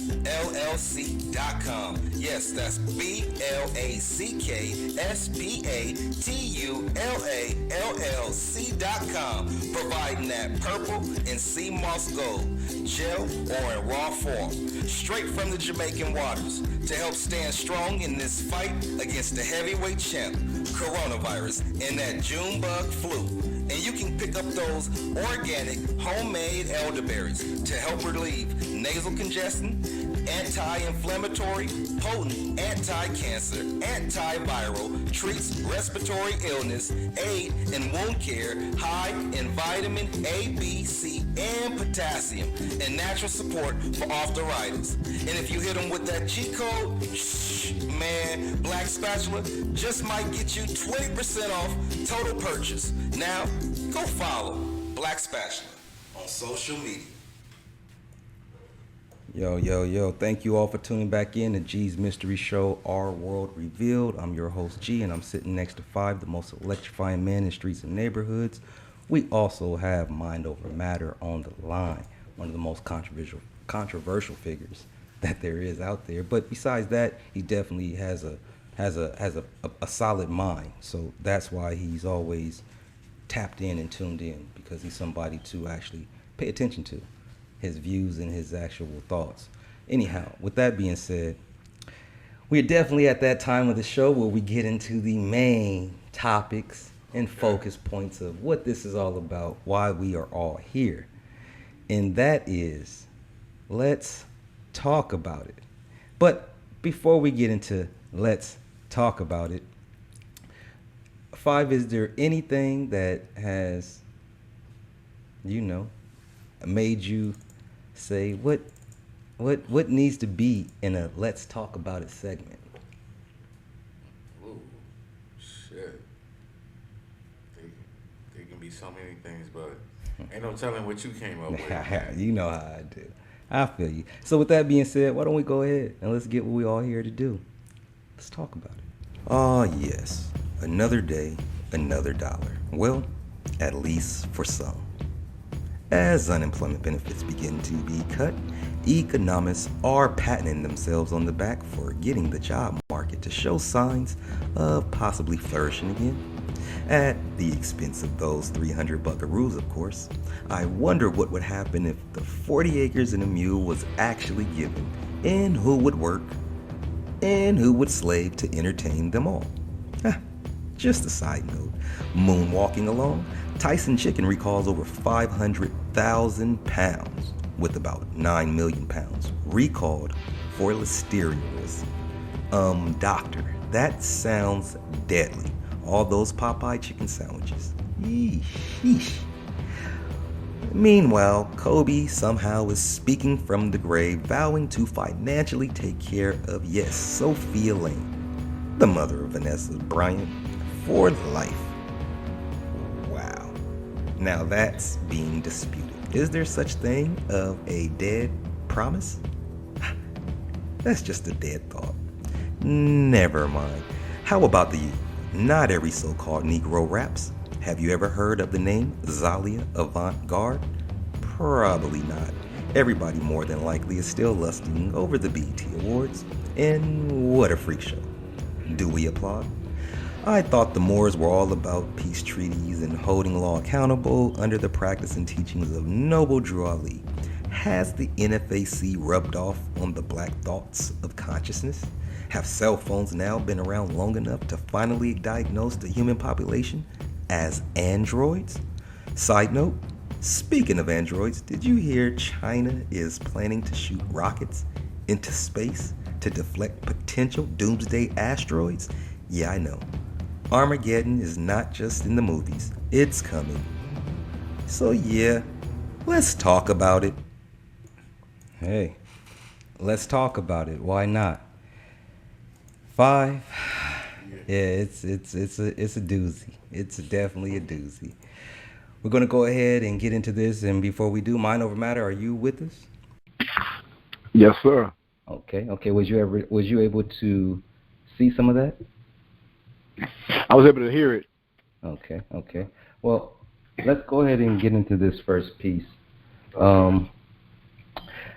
Zaila Avant Gard, have you heard of her? Mm-hmm. Yeah, I have. I haven't. The little lady that just won the spelling bee, that just shocked the world, first ever. Facts. Not just that, has broken a few Guinness World Records. Not just that, is accomplished in what most probably wouldn't even imagine, a spelling bee champion. Yeah. To be. Can you see her on the screen, Mind Over Matter? Are you actually watching this, or are you just tapped in on the phone? I'm tapped in on the phone, but I'm trying to go there right now. Okay. Are you able to see the young lady on the screen? I believe I seen a picture earlier. Okay. Hold on. Yeah, I see it. Okay. Well, now that you can see that, why don't we go ahead to get more people familiarized with just who this young lady is. Let's watch. By the way, she got into spelling and made it a priority just 2 years ago, which is remarkable what we're seeing from that young lady. Incredible. Here's Chaitra. Okay, this one is a compound entry, and you have to spell the whole entry.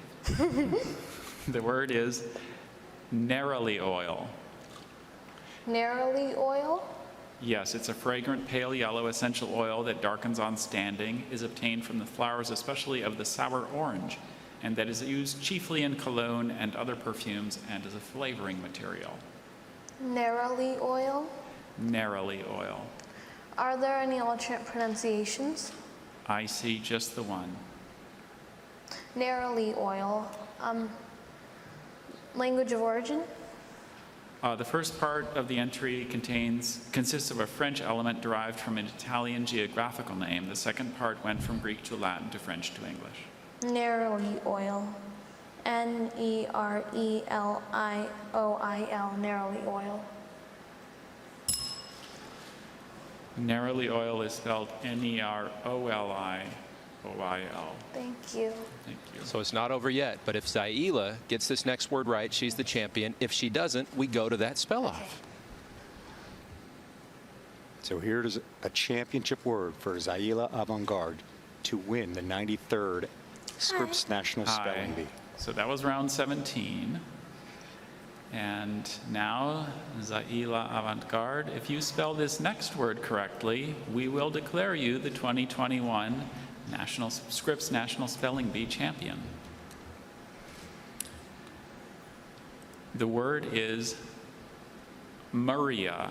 It's a genus of tropical Asiatic and Australian trees having pinnate leaves and flowers with imbricated petals. Maria. Maria. Does this word contain like the English name Murray, which could be the name of a comedian, or just the English name in general? I don't see that here. Bill Murray made the spelling bee. Maria. That tells you she's on the right track, though. Wait, what is the language origin? It's formed in Latin from a Swedish name.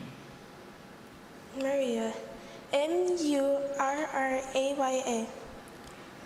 That is correct.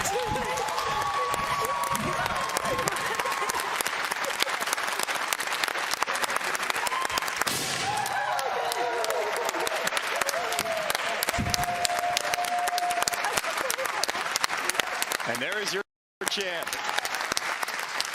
The holder of 3 Guinness World Records and now the 2021 Scripps National Spelling Bee winner, Zaila Avant Gard from Harvey, Louisiana. The first champion from that state. What a show-stopping performance. All smiles. The basketball player who nailed the buzzer beater to win it all. More after this.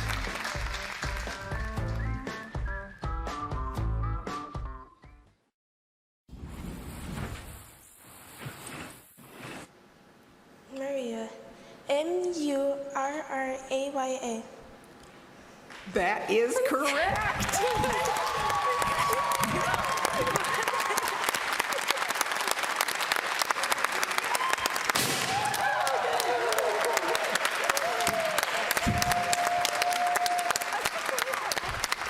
Standing here on stage with this year's Scripps National Spelling Bee champion, Zaila Avant Gard, congratulations. You are just remarkable. Yeah, not only is Zaila a champ, the first from Louisiana, how about the first African-American champ here at the Bee, Paul? And she had mentioned that if she were to win, she was going to faint on stage. It's nice to see that she handled the pressure and also, you know,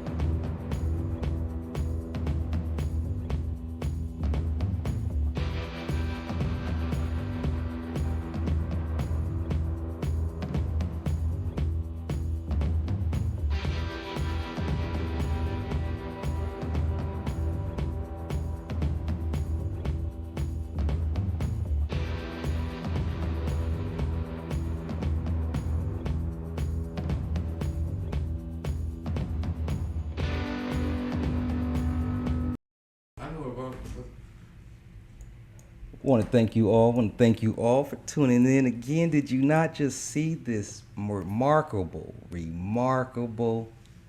young prodigy? Yeah. Savant. Yeah, and did you know that she just took up the spelling like 2 years ago? Yes, 2 years ago. Yeah. 2 years ago, as a savant would do. She to maneuver the basketballs in those ways. I don't know if you guys were paying attention to the whole clip. Mind over matter. You with us? Yeah, I'm here. Okay. Did you see that? Yeah, I watched it. What do you think when you see a young lady like that? I think about the hard work she had to put in to get to that level. To even rise to the occasion. Gotcha. Let me ask you this: do you think that this young lady is getting enough attention? That's a hard question for me, man, because it's like at the end of the day, why would I expect them to perpetuate her winning and have her face used as a symbol for that amongst their kind when they can just do that with their kind? Like why would they use, that's if you look into it from that aspect. The other aspect of that is where she won it. We maybe have said at she's not in the limelight enough, but it's like even with her winning that, how does that progress the race on? How's that helping us? Gotcha. Now we got one more spelling bees, and they're gonna stop choking, niggas on the streets, and No, I got you. Now, not just focusing on what it is for the greater good of humanity, but in her own personal achievement. Not just the spelling bee, not just being the first person in that state to ever win a spelling bee, and at the age that she did it, and only taking this up 2 years of training her mind to be able to program herself to actually interpret words and languages, linguistics, and the pronunciations and antonyms of these words. But then not just that, her basketball skills. She actually has a rhythm about her which is deeper than just being overlooked. It's a certain type of timing that she has within her mind and her consciousness. Her hand and eye coordination Is her rhythm, her patterns, off the charts. The way that it seems to, for me, when I look at her, the way I observe and see the way her mind is able to move left and right brain simultaneously. Her cognitive skills is different. It's different. It's something different about this child. That's what I'm saying. Now I get what you're saying, because that's why I love you for the. What does it mean for the greater good of the people? But let me ask you this: the greater good of the people. What if a lot of the babies that I call Negroids, that most call black people, were actually given an opportunity to utilize their abilities like this young lady? Would the planet not be filled with a bunch of X-Men or something similar to like what she is? And that would actually engulf and help actually the humanity and the greater good, in which you would say, of the race. And her humility and the way that she carries herself. See, looking at her characteristics, her mannerisms, it's different. Her timing is different. Her ability to rationalize and perceive consciousness of life is different. Her harmonious, what they call chakra energy, is different. And it radiates off her. And that's why I say, if there's a bunch of youth out there similar to her, would that not be a greater good cause for humanity? And most definitely it would be. And the thing is that what's stopping them? Ain't nothing stopping other young sisters or young brothers her age and even younger from achieving that same goal. Now, can I will say there is some kind of bridges in the way.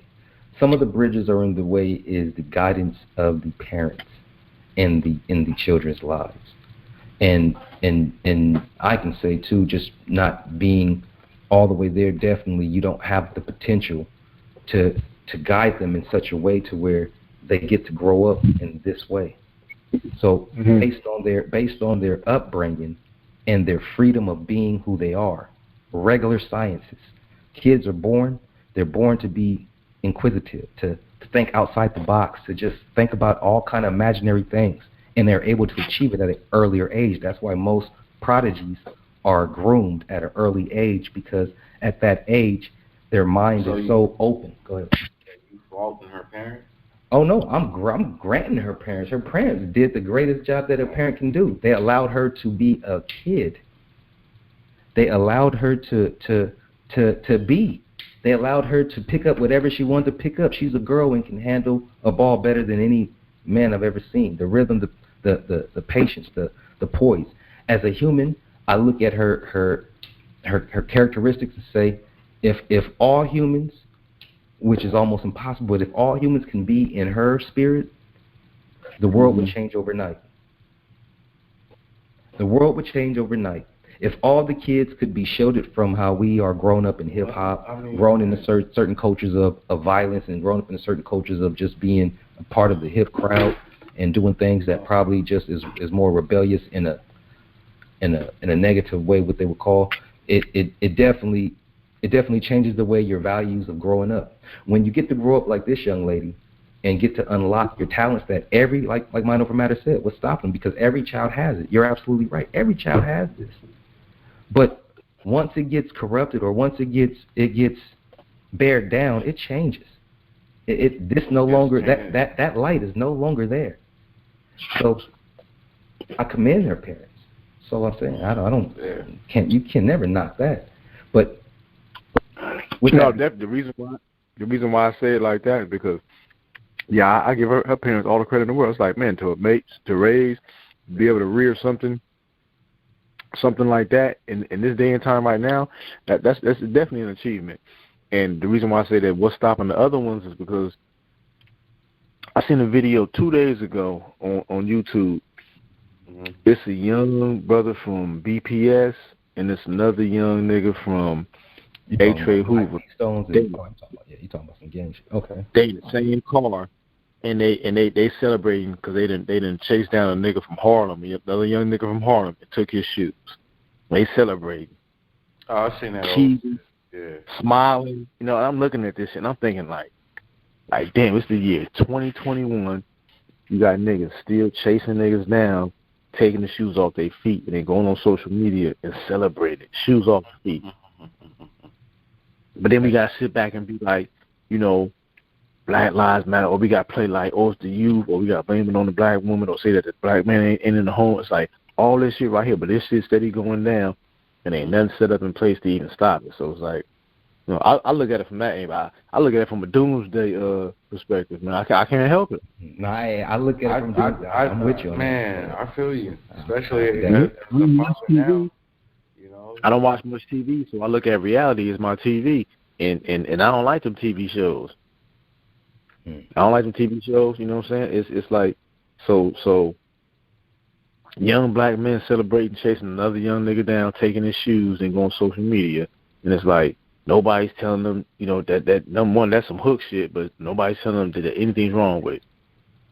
No, that's you know what I mean? And then if you do, they don't see nothing wrong with it. It's like that's the thing to do. So it's like it's doomsday.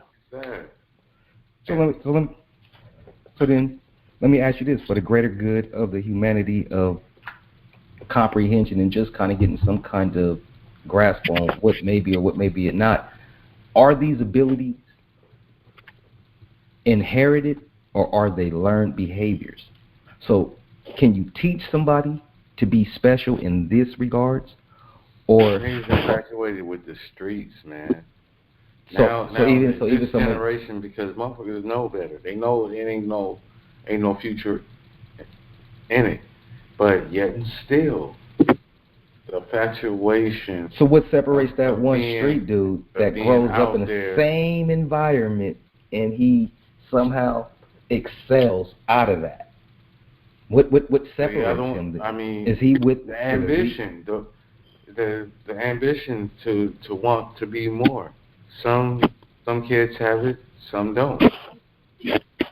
Gotcha. You know what I'm saying? Gotcha. You know what I'm saying? I mean, you got the ones that hang out just as much, but just don't embrace the bullshit. You got the ones that are kick it, chill. Okay, now it's time to go home. Instead of kick it, chill, and let's get into some bullshit, some miscellaneous shit for nothing. You know, and look back on it. That's a fact. That's a fact. I mean, everything is about looking back on it. I can't understand why motherfuckers are actively gangbanging in 2021. I can't understand it. I mean, it's social media, entertainment. I think if they heard the stories. Yeah, I mean, you heard the stories, and then you see it perpetuated in everyday life. You see it on the screen and the rap music. Just the whole get down, man. I think the Italian mob has definitely had a big influence on a lot of this stuff. Just watching the Italians, everybody kind of they fell in love with the ideal of that. Niggas wasn't watching all Italian mob movies. Yeah, what you mean? Niggas was watching Italian movies. Bro, before Menace decided, they was watching Godfather, bro. Come on, man, you're not talking about them. That ain't. We ain't talking about this generation. What do you mean? Even this generation watched Scarface. What are you talking about?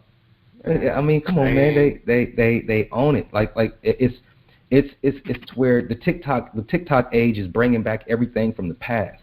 So you gotta be up to date with these youngsters, bro. You can't put it past these people thinking that they don't look back at what happened before. If you look at the kids now, some of these kids, knowing what came before them. Some of these kids dress like they're in the 90s because that's their style. They feel that they have that old soul. Some of these kids dress like they're hippies in the 60s. You know what I mean? Because they have that, but they never lived in those eras. They never had no clue, but they have some kind of connection. So if you don't think that these little motherfuckers... I didn't say that. Oh, okay. All right. Well, but just... So then, am I wrong or right in the direction that I was going? Yeah, of course he was. I mean, that's every generation, every genre. That's, you know... Fact. You know, well, let me... Go ahead. No, well, I was just going to ask you to move off of this young lady. You know what I mean? We spent enough time on her. Okay. I mean, there's never enough time, but... You know, we got to move along with the show. So much respect to you, and I love what you've done, young lady. You're actually great in my eyes, and to me, you're not great until somebody else tells you you're great. You can always call yourself great or this or that, but if nobody else acknowledges you as that, you're not that. You're just what you believe you are. But if somebody else is telling you you're great, just take it.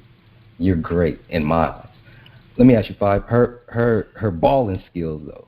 Let's just get into some nigga shit, sports shit. Do you think she should go pro, or should she not, and to keep her mind educated and go somewhere else? Well, she don't go to college and play first. I mean, but the skills are definitely there. But what I'm saying to you is, I'm talking about on some what they call nigga conscious type shit. Should she go be a slave to the sports world and sell her skills because how she is, or should she? Well, she's only 14 years old. Yeah, I was gonna say she's a young motherfucker. Got out of this crazy gifts. But should she? It's not for me to say, but if that's her I'm dream, talking about me and you talking on the side like a barbershop. If that's her dream to play professional ball, which it seems like, you know, because her skills is crazy, phenomenal. Right? Yeah, so You think Cooper can hang with her? Ooh, my girl T. Ooh, that's my girl. That's your girl. Yeah, but gotta be unbiased on this. Yeah, but yeah. She only 14. She only 14. So she's gonna get better. But her handles, I don't know about that one, T. Yeah, look at him. He traded on you, T. You out of there. Nah, I didn't say that. You didn't say that. I said it for you. Yeah. You was saying something, motherfucker. Hey, that's what I do. You speak all the time for somebody else. T. He's giving up on you. He's rolling with her. I'm rolling with her. That's what it is. Fuck with you. All right. I can't believe that. It's that DM. She probably blocked you and blocked me too. Hey, but up next, man, the BET Awards 5. Did you watch it? Yeah. You watched it? Yeah. I didn't watch it, but I definitely seen some highlights. Definitely seen some highlights. So what you do? I mean, I know we're a little late because we only do this once a week. Yeah, and we didn't have a chance to say anything. you know, and I don't really watch none of this stuff. I don't even be in this world. But, I mean, I caught some highlights, and I was just like, whoa, what the hell is going on here? Where's the hip-hop culture going, you think? Shit. Where the fuck is it going? Like, you ask me. Yeah, Mind Over Matter, what do you think about this? Where's the hip-hop culture going? What you mean what direction? I mean narrative, direction, psychology, philosophy, styles of rap, dress, of course, lifestyle. All that shit. Say retrogression in all aspects. Right. So they're de-evolving, or are they evolving? Devolving. Devolving. Ooh-wee. Did you watch it? No, of course not. Wait. Did you say evolving or devolving? Devolving. Devolving. He said D. Yeah, devolving. Okay. You said, hell no, you didn't watch this shit, did you? Man. When the last time that you watched the BET Awards? I think one of the last ones I seen, Mary J. Blige was on. This probably had to been like, I don't know, maybe like the early 2000s, maybe. I gave up on it a long time ago. Nah, me too. I don't even think, I can't remember the last time I seen BET Awards. I always see highlights, and it's mainly just the battle rappers in the cypher, or whoever's doing the cypher. That's the only thing I really watch. But this... Oh, that's the Hip Hop Awards. Yeah, or the Hip Hop Awards. Yeah. But that don't it be on BET? Yeah. But that's the only thing I watch. See, I'm all out of the loop when it comes to shit. But I definitely seen some highlights, and it definitely wowed my eyes. Is this what BET has come to? I thought BET was black entertainment. Yeah. That's black entertainment. Shit, I guess it's the form of it. Shit, I don't know. That's some fuck boy shit. If that's what they, I'm not talking about. I'm just saying, is that what it's coming to? Like, is that their? I'm going off your body language and the way you throwing it out there. Why y'all be thinking I be trying to look, bro? I know, but I know you, bro. But that don't mean that I'm just asking you, what is the culture coming to? What is it? Is that what it is? Is that what it is? I mean, that's all I'm saying. Nigga, I ain't hating on what they.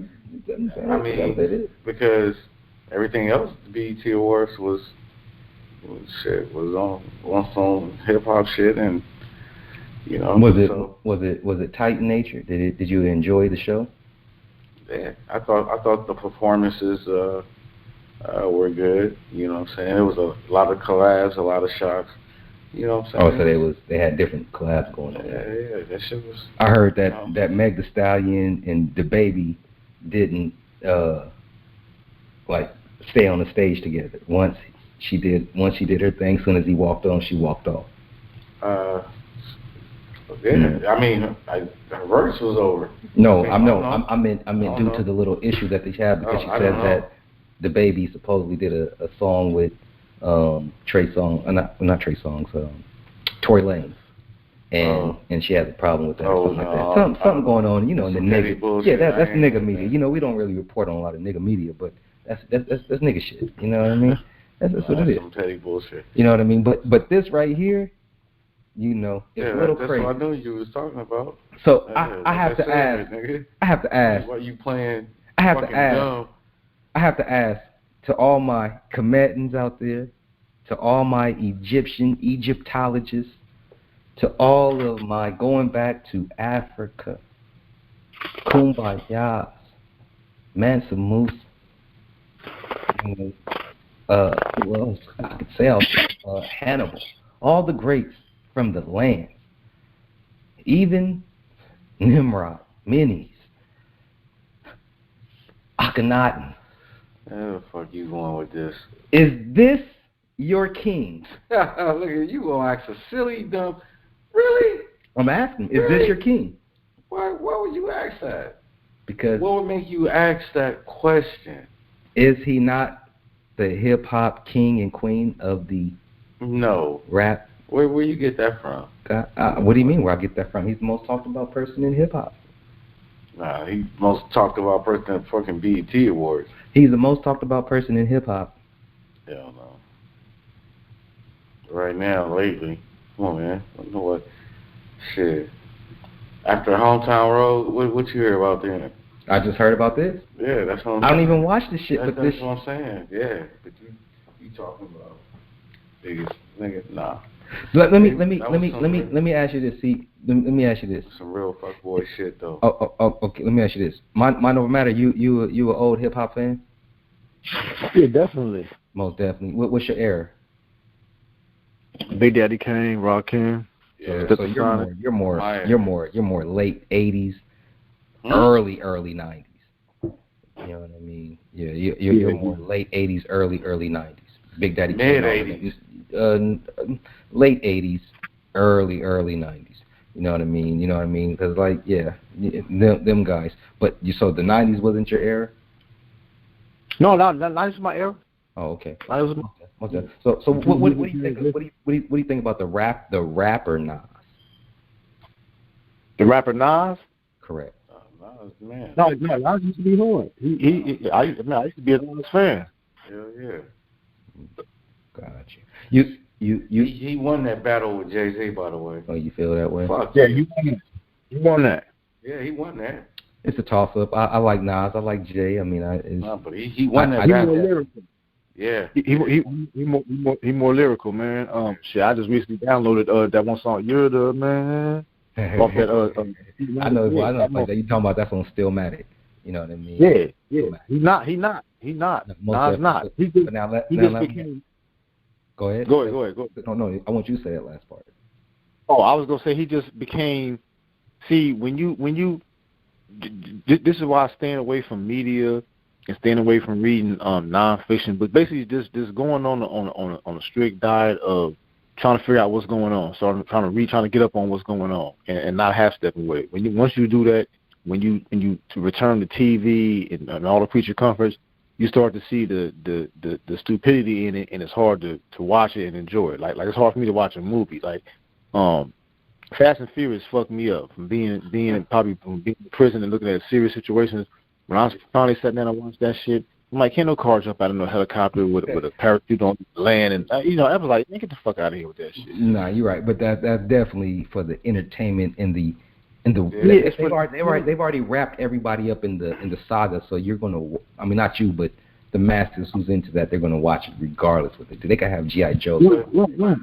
So Nas was doing that music, and then once he started linking up with not Stephen Marley, the young one, Junior Gong, when he hooked up with him, and you start hearing some of them songs where he against the system of Babylon, you start to hear all too familiar cadence of like this name Marcus Garvey, say Huey P, and then I'm all in. It's like, man, you gonna keep doing that shit every year without doing nothing? Like, man, nah, man, that's whack after a while. Okay, now let me ask you this. Speaking on Nas,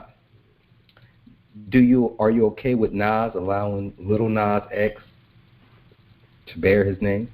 Nas is okay with it, and he's cool with his performance. Oh, he probably just today because he don't want no controversy in today's time right now. He probably don't. So you saying Nas don't want it with them, huh?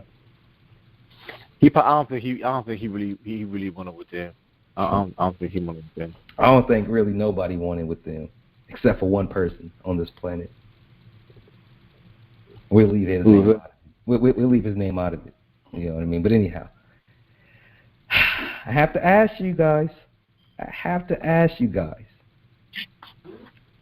Were you guys okay with seeing this live on TV at that BET Awards? If you watched it, your kids watched it, you watched it, your family watched it. Little Nas X lip locking with another physical male in ancient Egyptian clothing, symbolizing passion. He ain't got no song out of nothing, huh? He got a few songs out. He got a few songs out. He got a hit song out right now. Yeah, he definitely got a hit song. That's the shit. I would say he got a hit video more so than a hit That's song. the song he was performing when he did this shit. Wow. He definitely got a hit video. That's a fact. You know. That's crazy. Yeah, have you seen the video, by the way? Because I know you off the grid, bro. I know you don't pay attention to this shit. So you Nope, haven't seen the video. Okay, so imagine. I don't know how to word this right without getting banned, so I'm going to try my best. Imagine a well-respected member of the LGBTQ community who's now a rap icon, sliding from what they call heaven, if you're a believer, on a pole to go down in hell to dance on the devil. I've seen that. To snap his neck after he kisses him to take his place.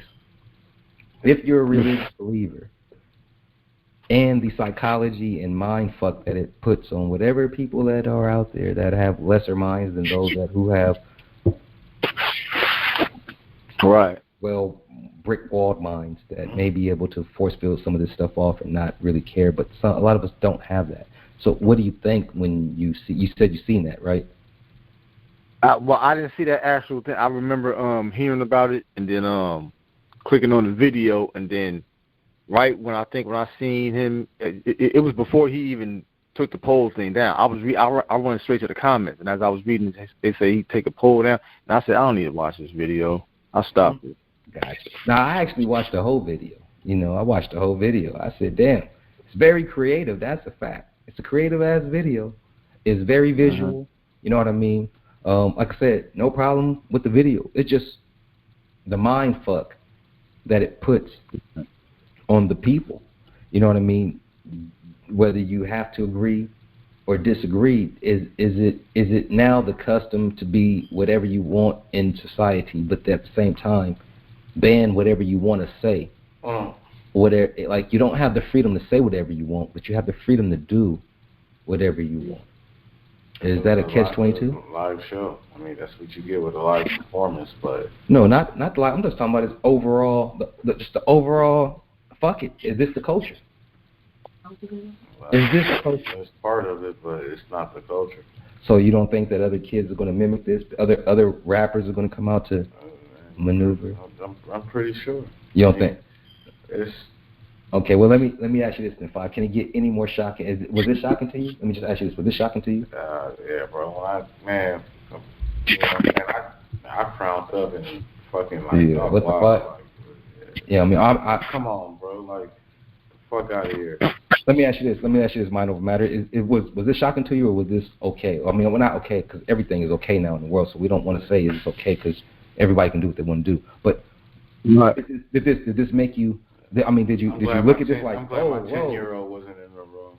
You know what I mean? But but at the same time, like, you know what I mean?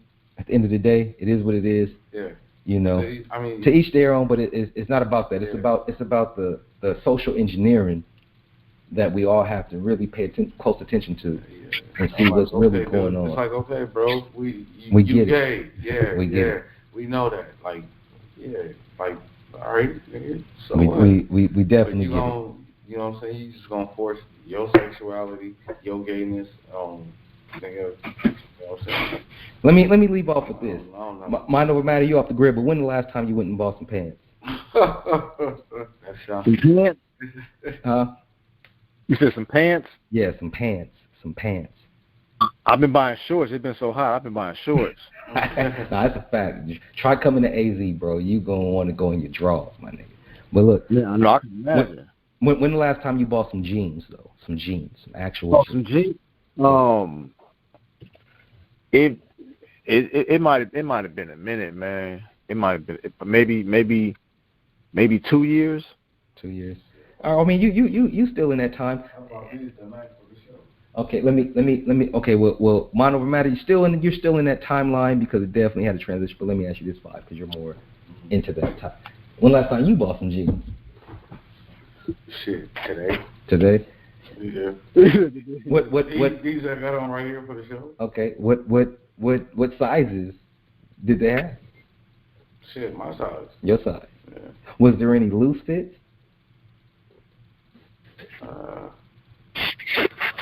Yeah, I mean Levi's and shit. Yeah. Levi's. So you're saying Levi's is the only Wrangler man's out there? Well, I was on a time frame, so I was in and out. But those ain't Levi's. No. Okay, so in the section that you were in, the only pants that you can find is tight fits. Tight fit? You mean fitted? I'm fitted. No. Let's not play semantics with the word. Same shit I got. Hey, nigga, I got on tight fits, nigga. I'm gonna call it what it is. You got on tight fits, right? Okay.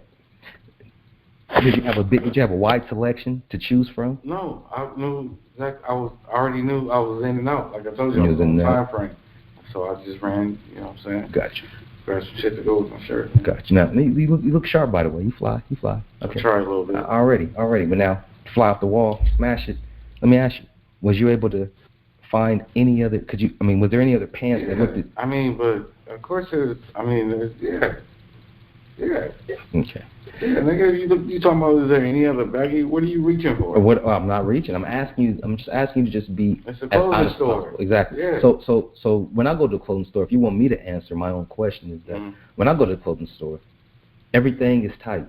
Everything is tight. What clothing store you go to? Whatever clothing store. Whether I go to the mall, whether I go to a cheap ass store, what do you mean? That doesn't matter. I'm not going to give the brand names out. I'm not going to do no promotion. I'm going to promote these things. I need to take you with me then. What am I going to still find? I'm still going to find the same shit. You telling me that okay, you're from the 90s, right? Yeah. Okay, I'm from the 90s. Can you find any clothes that symbolizes any of those clothes today? I'm asking you right now.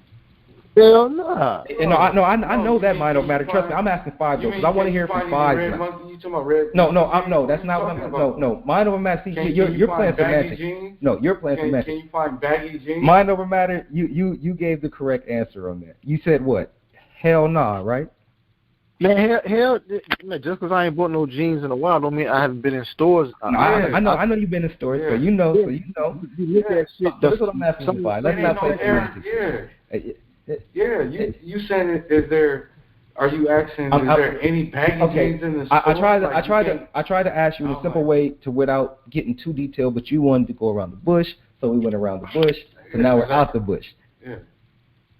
The pants that you are looking for now, that you would find style. Exactly. So whether it's the style, I get it. It's the style. I'm with you. It's the style. I wear them too. Yeah. I get it. But what I'm asking you, if you want the 90s style, it's not about the 90s style. Hold on. It's not about. No, you won't get it. You won't get it. You won't get it. You won't get it. You won't get it. You won't get no 90s style because the designers aren't 90s style makers, and the designers that are making the clothes are this millennium style makers.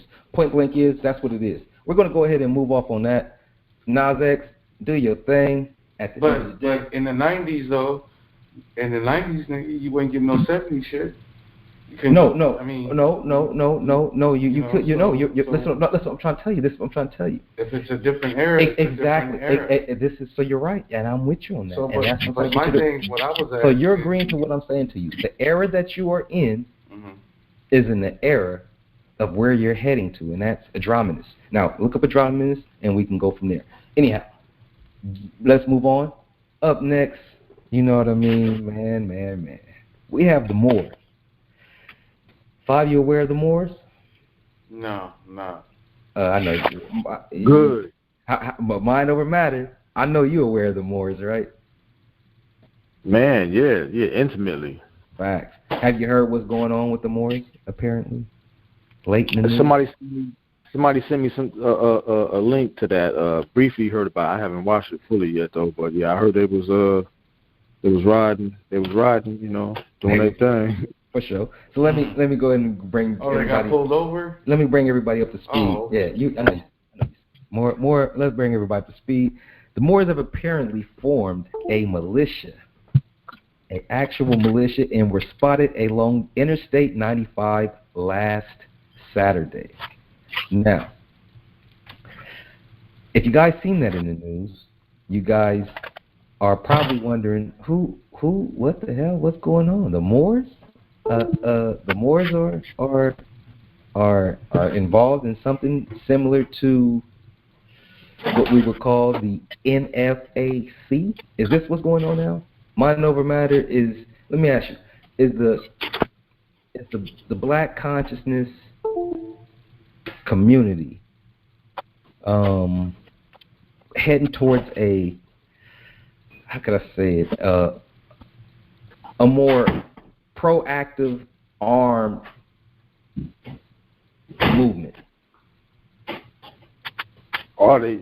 I doubt it. I doubt it. I don't think they can afford it. I mean, no, you're right. You're right. A lot of them don't have the money to back themselves. But then the militia, right, come together and you form a militia, because the Moors have money behind them a little bit. I mean, they're not the richest group, but they definitely have a long history. You're aware of the Moors. Noble Drew Ali. Let me ask you: do you think Noble Drew Ali would support a movement of what this new group is calling themselves, which is the Moors on the rise, the rise of the Moors? Probably not. Nah, I think he would have more suited and booted without the extras. Gotcha. You don't think Noble Drew Ali would have went militant at all? If in today's times, right now, his times, these times, whatever. Obviously he wouldn't have went back. Obviously he wouldn't have went back then. But now, I don't think so. I think I really don't understand that whole. I understand the nationality thing, but the way they go about it, I don't understand that. But that part there, I really don't understand. Let me ask you: Do you think that what they be talking about as far as the laws on what they stand for, on sovereignty, do you think that matters in this world today? Especially here in America. Let's stick to America. Does that matter in America, a corporate country, business? Currently, right now, it doesn't matter. It doesn't matter at all. It doesn't matter. It doesn't even make sense. Doesn't make sense. So when an officer hears somebody saying you don't have the right to arrest me because I'm sovereign and I don't belong to this country nor your laws, what do you think that goes through their mind? Like, because I mean, I've watched some of the videos. Like, they be like trying to understand to what the hell's going on. You know what I mean? I mean, they're saying stuff that sounds very politically correct. Like, I don't know the law like that. I just went to post training and didn't really get all my schooling on all the shit that these niggas was gonna talk about when they're coming at me with these nigga laws, and they're really speaking some shit. Like, and the cops still arrest him, or he doesn't do anything. Are they winning or are they losing? Because when they go into court, they don't seem to win. I would say they're losing. Sometimes they travel back and forth at the court cases. You talking about gas back and forth to court.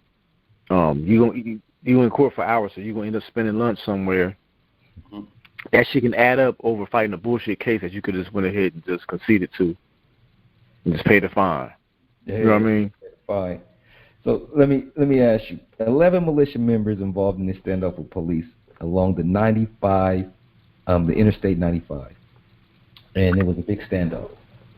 Now, if you saw 11,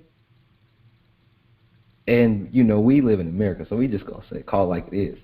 You saw 11 niggas with long arm rifles, which is called long guns. A rifle is a long gun, pretty much. So rifles, long guns, on the freeway in fatigue and look like military combat, and you're a state trooper, or you're just a regular citizen. They driving with the guns up, so you can see through the window or something. Like, yeah, they hopped. They looked like they was getting ready to go and put in work and put in something. I mean, if you're profiling them, because I mean, you can see a bunch of caucasoids in the same position, and they just think they're part of the military.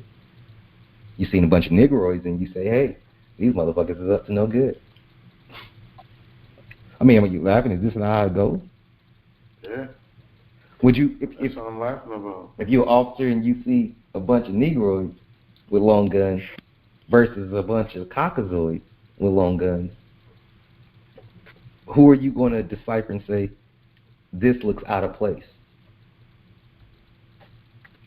The Negroes. Facts. That's a fact. That's a fact.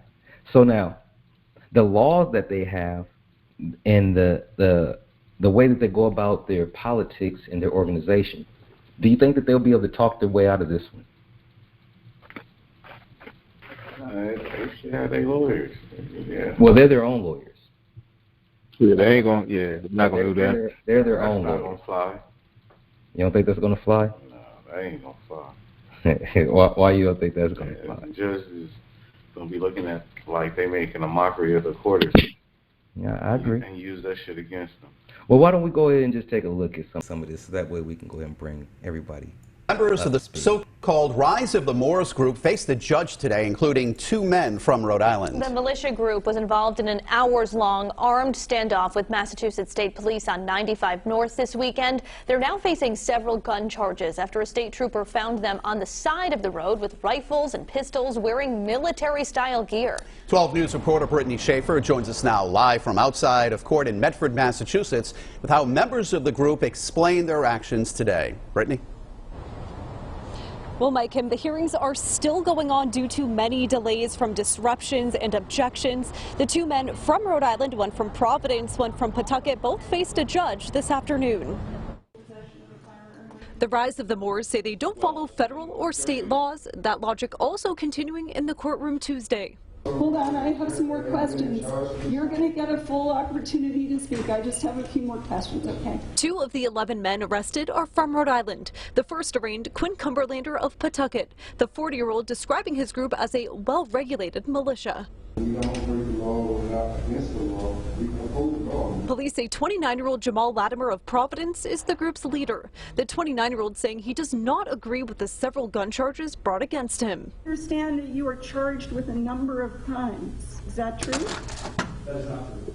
Other members of the Rise of the Moors and family were present in court today. One member only wishing to be identified as Rashad says his fellow comrades, also telling us more about the group's mission. We're a civic organization. We teach about nationality, we teach about law, we teach about history. And Cumberlander and Latimer were both held without bail and are both due back in court on Friday for a dangerousness hearing. For now, live in Medford, I'm Brittany Schaefer, 12 News. Arraignments have been going on all day for the 11 members of a Rhode Island-based group involved in a long standoff that shut down Route 95. Members of the self-identified militia claim they do not recognize state or federal laws, a point several of them brought up in court today. They specified in the news that we're anti-government, but we're not. We're not anti-government. We're not anti-police, we're not sovereign citizens, we're not black identity extremists. This YouTube video was made before the 11 members of the Rhode Island group were finally arrested. But who are they and where do they come from? The Rise of the Moors group claimed to be based out of this building in Pawtucket, Rhode Island. A closer look at their mission statement says they want, quote, to encourage all Moorish Americans to believe in the capacity of each other to succeed in business, to encourage, support, and provide patronage in our affairs. After the arrest, 2 members of the group were taken to Leahy Hospital for what police say were for previous medical conditions, but did not elaborate. Still, why were 11 of the group standing on the highway early this morning with long guns and other weapons with no idea they were breaking state gun laws? The police seen us on the side of the road with our guns secured. We were afraid, so we got out with our arms. They wanted to be heard. They wanted to be a variety of, not demands, but requests that they just be allowed to leave the area, transit the area without any accountability. And at the end of the day, we couldn't accommodate that. All right. So you heard that. Mind over matter, we're going to keep you on the line, but we're going to go ahead and take a call from the area code. What is that? 931-698. You are live on G's Mystery Show, Our World Revealed. I'm your host, G, and this is 5, the most electrifying man in streets and neighborhoods. What's your name and where you calling from? This is Southern Belle, and I'm from Shreveport, Louisiana. Okay. Southern Belle, how you doing, darling? Belle. I am well. Okay. All right, so you calling in, you want to touch on anything that you've heard thus far? Well, I just called in and I heard the story about the 11 guys who was arrested on the interstate. Okay. And I just want to know, when are we ever going to get organized to where we don't end up in that situation? Got you. Now, if you want to give a response on that first part? That's a good question. Because it's 2021, and if the time is not now, shit, when? Right. I feel her. Well, let me just say this too, because it's certain strategic points that has to be involved when you speak on these things. You're never going to come together speaking in public. It's not going to happen. Absolutely, I believe that. It's never going to happen. The only way you're going to actually be able to come into a group of unitement is for you to be around like-minded people. Because I'm just going to be real with you. If you have a philosophy that's different than my philosophy, or a view that's different than my view, or a religion that is different than whatever religion that I may partake in, we are never going to agree. Because the psychological boundary that overpowers everything is who I give my all to is going to change when it comes to certain values and principles. It's just a fact. And so the only way to really unite is to just begin to be around those that are likely like you. And you guys begin to build your community, and it begins to become a town, which begins to become a city, which begins to become a state, which then becomes a community of whatever you want, and you can take it wherever you will if you all put your resources together. But you now are a tribe of your own. Navajos don't practice what Cherokees practice, and Cherokees don't practice what Hopi practice, and Zulus don't practice what motherfucking Nigerians practice, and Nigerians don't practice what motherfucking Eritreans practice. It's just you're gonna have to get with your group. That's it. You're gonna have to get with your group, and then those that pick up on that traction will begin to attract, and then if those that don't, they just are not a part of that group. Because go ahead. No, I agree to a certain extent. I mean, just the way it is. Everybody on the same page, what I'm saying, with the same agenda. That's the only way anything can work, no matter good or bad. But it goes even further as far as when you begin to start talking about, hey, let's talk about this, about the government in public, so we can all let them know what we're about to do, and we're going to do this, and now they know exactly. You can't. You're never going to be able to unite that way. So this is what I'm trying to say. I'm gonna shut you down before you get started. See, when you're talking about real type of stuff, that all has to be done underground. Nobody knows except for the people that are like-minded, and it happens because when something happens, it just happens. There is no warning. There is no note. There is no plan for those to try to uncover what's going to happen. Yeah, exactly. It just happens because those that are in the know, are already ready. So you got to just remember that. So certain things are never supposed to be discussed in public. You know what I mean, Jelly Bean? Well, you just keep keeping the faith and doing what you're doing. Nah, but what about anything else as far as the Moors? Are you up on the Moors? I am not. The last movement that I was following was the INFACT, and kind of the same thing happened to those guys. I was really excited when I seen them emerge because I felt like we have nothing for us, and nothing to protect us.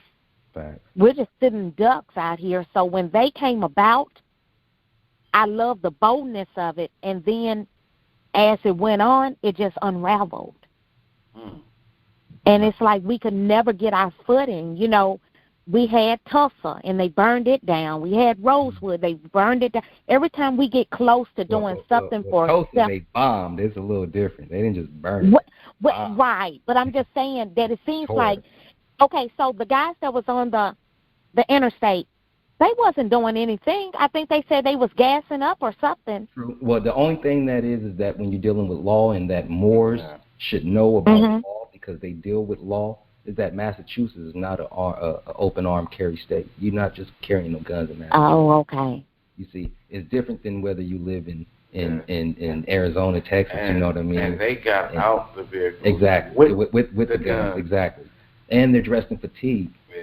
So. And they, you're not living in your reality. See, this is what people got to remember. That's why I say when you think you're going to talk about something in the public, you better remember who owns this public.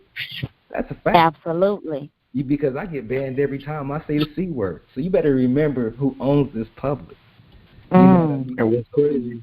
Go ahead, Mike. I was saying what's crazy. What they say dude was 28. Yeah. Some people wouldn't even did that if they was 14 years old. Yeah. Right. Right. With that same information that he got. Okay, we the Moors, we secret society, this and that. They'd have been like, no, we ain't gonna travel like this, or at least not get out the car like this. Yeah, not get out the car. That was my thing. I mean, yeah, that's part of being that goof. That's part of that new thing called goof troop. A lot of people part of the goof troops. They troops for goofiness. No, that's a fact. But what she just touched on too, Mind Over Matter and 5. You guys know that I too used to interact with the NFAC. I'm with you on that. I used to actually interact with these guys. I never was a part of their group, but I definitely was mesmerized by what where I ended up, getting in contact with them, and we kind of had some kind of great rapport. But because I didn't submit in a way to that type of, I guess, cult, we disagreed on a lot of things, and especially because I had the actual guy we have on the line right now, Mind Over Matter, who had some certain views about the organization, and he viewed his opinions, which he's free to do. Anybody's free to do. View your opinions; those are yours. And the control factor in this cult movement decided that if I bring somebody on who is saying something against him, then he cannot partake or allow me to say, damn, that movement, bro, is tight. So I said, you know what? You're a false prophet. And he, I guess, didn't like the way that I put it because I saw a lot of things that wasn't right from the get-go, but at the same time I gave him benefit of the doubt because of an ego. See, when I look at things, I do agree with, to be a leader or somebody who is going to move something forward, you do have to have a certain type of ego and arrogance. Otherwise, you're just not going to cut it. You're just not. Right. I'm what you call a black person, but let me tell you, I'm a Negroid. A Negroid. Okay. And I actually like the Trump because of his arrogance and his passion, the way who he is, not because of his ignorance. It wasn't about his ignorance. It was just about his goal. It was just about his goal. I didn't give a fuck. He could be racist. He could be prejudiced. He wasn't prejudiced. He was racist. He was for his race. He didn't hate black people because what you call black, because he showed that he was with them niggas all through his youth. But to rise to where he had to be, he had to go with his race, and he did that. Which I expect those that call themselves melanated or whatever to do the same thing. So I can't fault him for that. But it's the arrogance, and the same thing that I saw in GMJ. I said, hey, damn, this man has an arrogance and bravado about him of moving forward. He was able to galvanize a group of people that didn't make it public. It just came. Like I said, to make something happen, it just has to sprout without warning, and that sprouted without warning. But to see how his own interplay of what I call happens in Star Wars, you either have the option to go with the dark side or to remain a Jedi. But the only thing is that both of them sides have the same power. But with that power comes corruption, and either one just tempers to the dark side, but they still have the same power as the Jedi, and they use it for this side, and then one of the Jedi, they use it for this side. But it's the same sabers, same energy, same light. Oh, well, different light, but same spectrums. You get it? And so, with him, I saw that he had everything at his will because he galvanized the people, but because he began to make so many things public, beyond being an agent, he made himself an agent of his own doing. So I have a question. You believe he was an agent from the start? No, I don't. Okay, you think once he got arrested, he got flipped? No, I believe that he made himself an agent because, again, when you get certain powers, let's just take it to the Marvel comics real quick. Say, for instance, you become a Spider-Man, right? You're a dork, right? Okay. And all of a sudden you get bit by a spider, and all of a sudden you get all of these powers. Now you got great responsibilities because now people are following you behind the mask. You're saving lives. Now you're showing up and doing good deeds, and you got a bunch of motherfucking people behind you. But your mind is immature. You say a lot of things in public, but behind closed doors, you really don't know what you're doing, and you lose it because you have all the power at your will, to where now you begin to become corrupted by your own ego. Your ego is the biggest thing. Everybody should have one, but not everybody can control that ego. You see? Because then pride takes over. And when pride takes over, ain't nobody talking to you, can't nobody tell you shit. You're going to do what you want to do. It no longer means anything. But at the same time, because it's his movement, he created it, it's his ideal, everything is under him. It's his. Solely his. And those that follow him is underneath his control, underneath his movement. And he totally made it only his movement. He no longer made it about the people. He made it his movement. Understood. Okay. And so I couldn't rock with that. And I can't be controlled. I can fuck with you if you moving, because like I said, I have a different mind state. I'm with, hey, if some people have to sacrifice themselves to go, it's just what it is. You know what I mean? Because as long as everybody can cross the bridge afterwards, it's cool. But I'm not sacrificing myself if we just sacrificing ourselves. And nobody makes it across the bridge. Hey, you see what I'm saying? You see? Okay. So when you get into that type of stuff, that guy made himself a fool. He made himself a fool.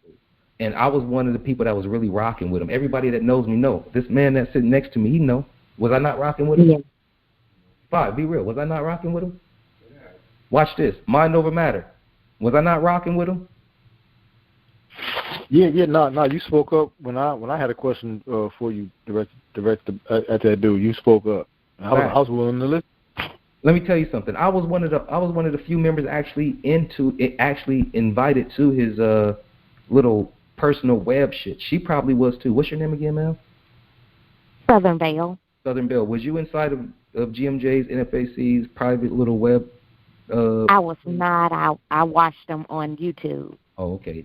So yeah, I was actually one of the people actually invited into his personal little 372, whatever the people website. So I was actually in there, like, but not part of his organization, but mingling and just seeing what he was talking about. You know what I mean? Because, like I said, if he's talking about true freedom is different than reparations under the United States government.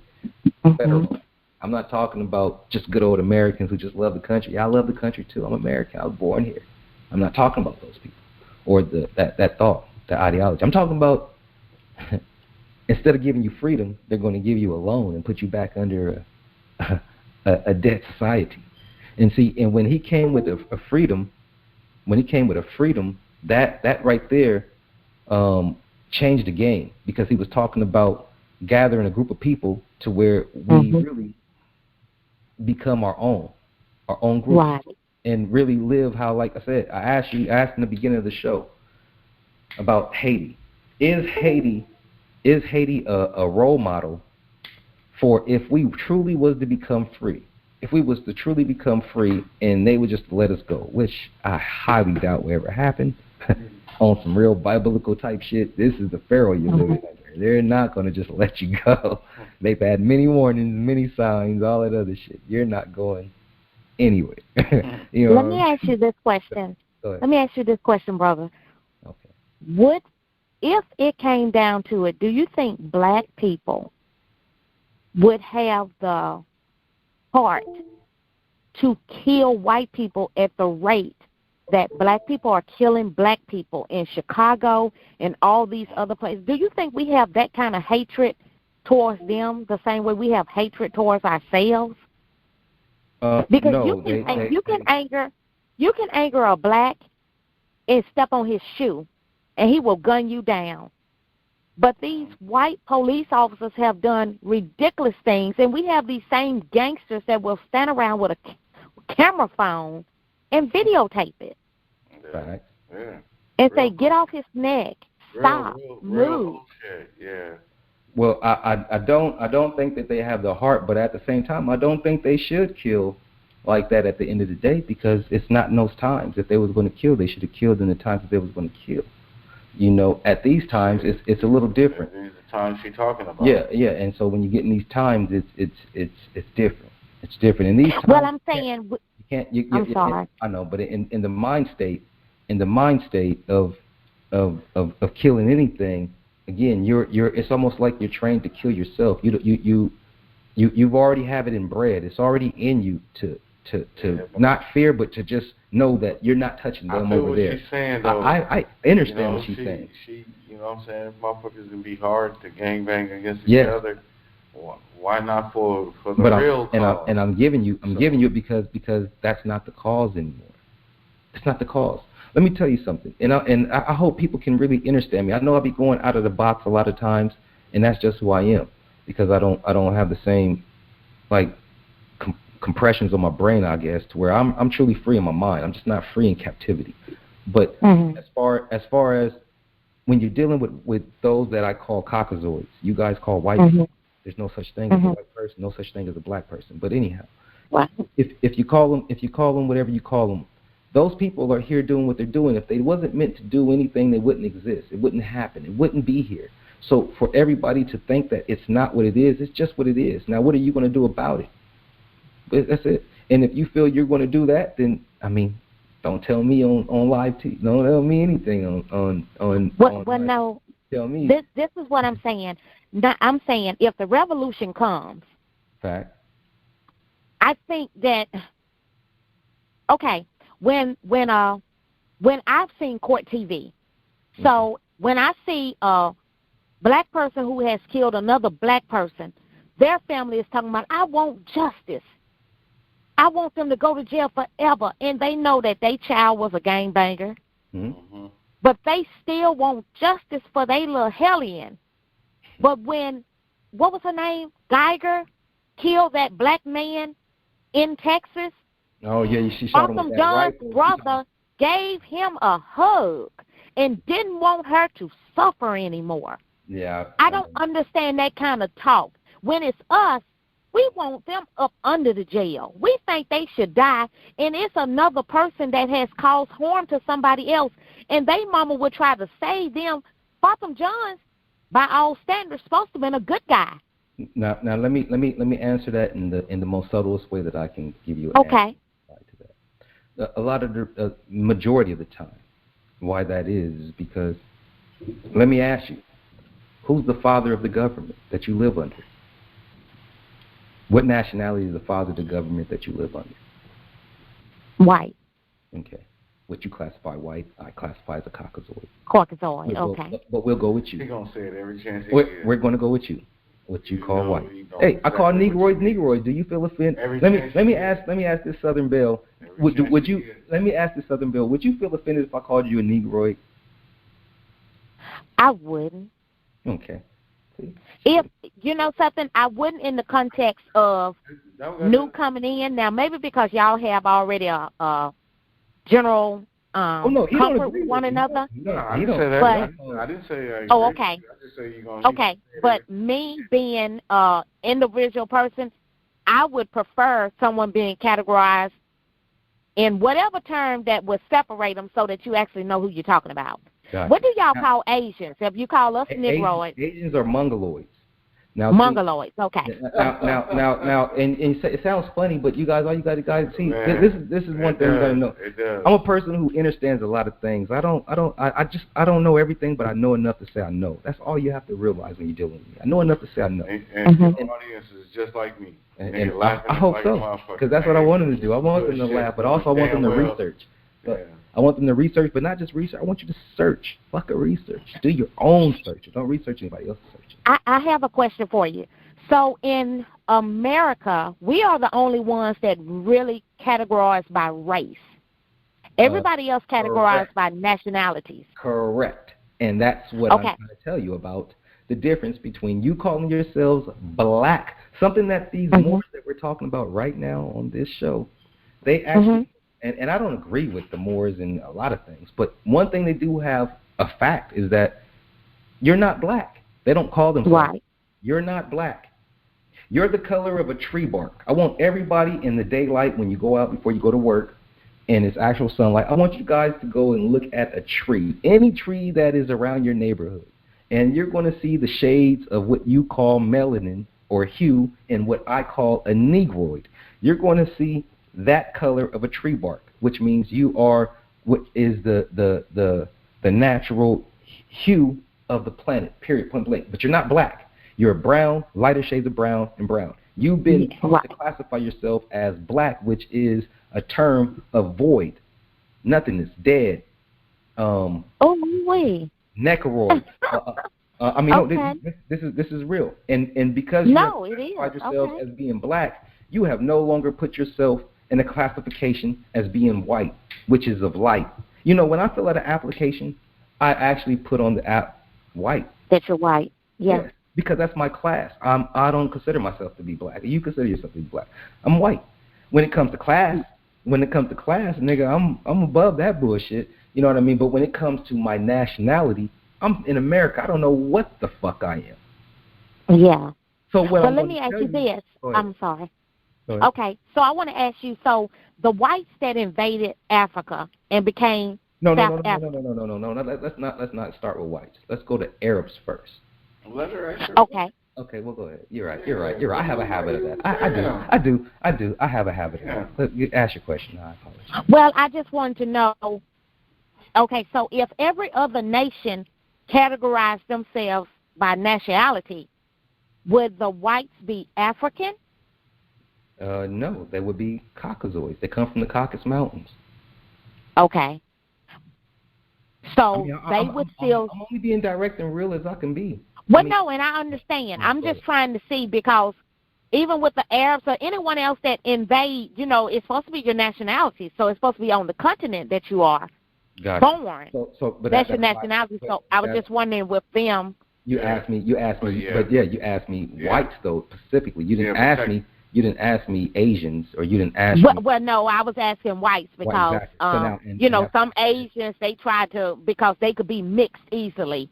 Mm-hmm. But I was just. That's go ahead. No, you're right, and that's why I have to say it the way I said, because you said white specifically, and those people are a different type of people. They're white, but they will still be African and stuff. No, they're Caucasoids, and they come from the Caucasus Mountains. Being on that continent, though, she was saying on that continent. Yeah, but that continent that they reside on now, they would just be white Africans. It's an it's a forced inheritance where they move into. Right. Where they move into. It's not their natural habitat, which is now is their natural habitat because they've lived there so long. They've adopted to it, just like people in Australia, the Caucasoids in Australia. But their barbarism comes from the Caucasus. The Caucasus Mountains. Okay. And it spreads lands. You know what I mean? So coming through what you call Russia and moving its way on south into, the middle, what they call the Middle East, which is really Africa, but move on through there, and then it goes into the African. You know what I mean? As barbarian, but really they kind of stuck. They really didn't invade Africa. They really stuck into the middle parts of that part, the Europe area. You know what I mean? Because it was cold. It was a different type of a region. But their migrations, that's up for spectrum, because then we have to get into all the hypotheses and theories of, did Yaqub make these people? Did they come from melanin man, as albino, all this other weird stuff, weak germs. Then you have to get into all these things, and I don't want to get into all right now. But I will tell you is that, you know what I mean, they're their own species. They're caucasoids. Negroids are their own species. They're negroids. Mongoloids are their own species. That is what you would call those people with the more wrinkled up face, what you label as Asians. You know what I mean? That's them. So there are only 3. There's 3, and then there is a mixture of which you get the Latins or not Latin, because Latin is just a language, but the Arabs. No. Arabs, I don't want to get into this space shit and all this weird controversial type shit of where they come from. Just let me just tell you that we call them sand niggas. We call them sand. Say that. You call them Spanish? No. She said Spanish? You said Spanish. No. Sand niggas. Spell it for me, because I can't understand it. Go ahead, spell it for me. No, spell it for me. Nah. No, go ahead. This is all you. Okay, we call them sand niggas. Oh, sand. Okay, I got you. Okay. Most definitely. Because they intermingle so much. Go ahead. What the whites call them.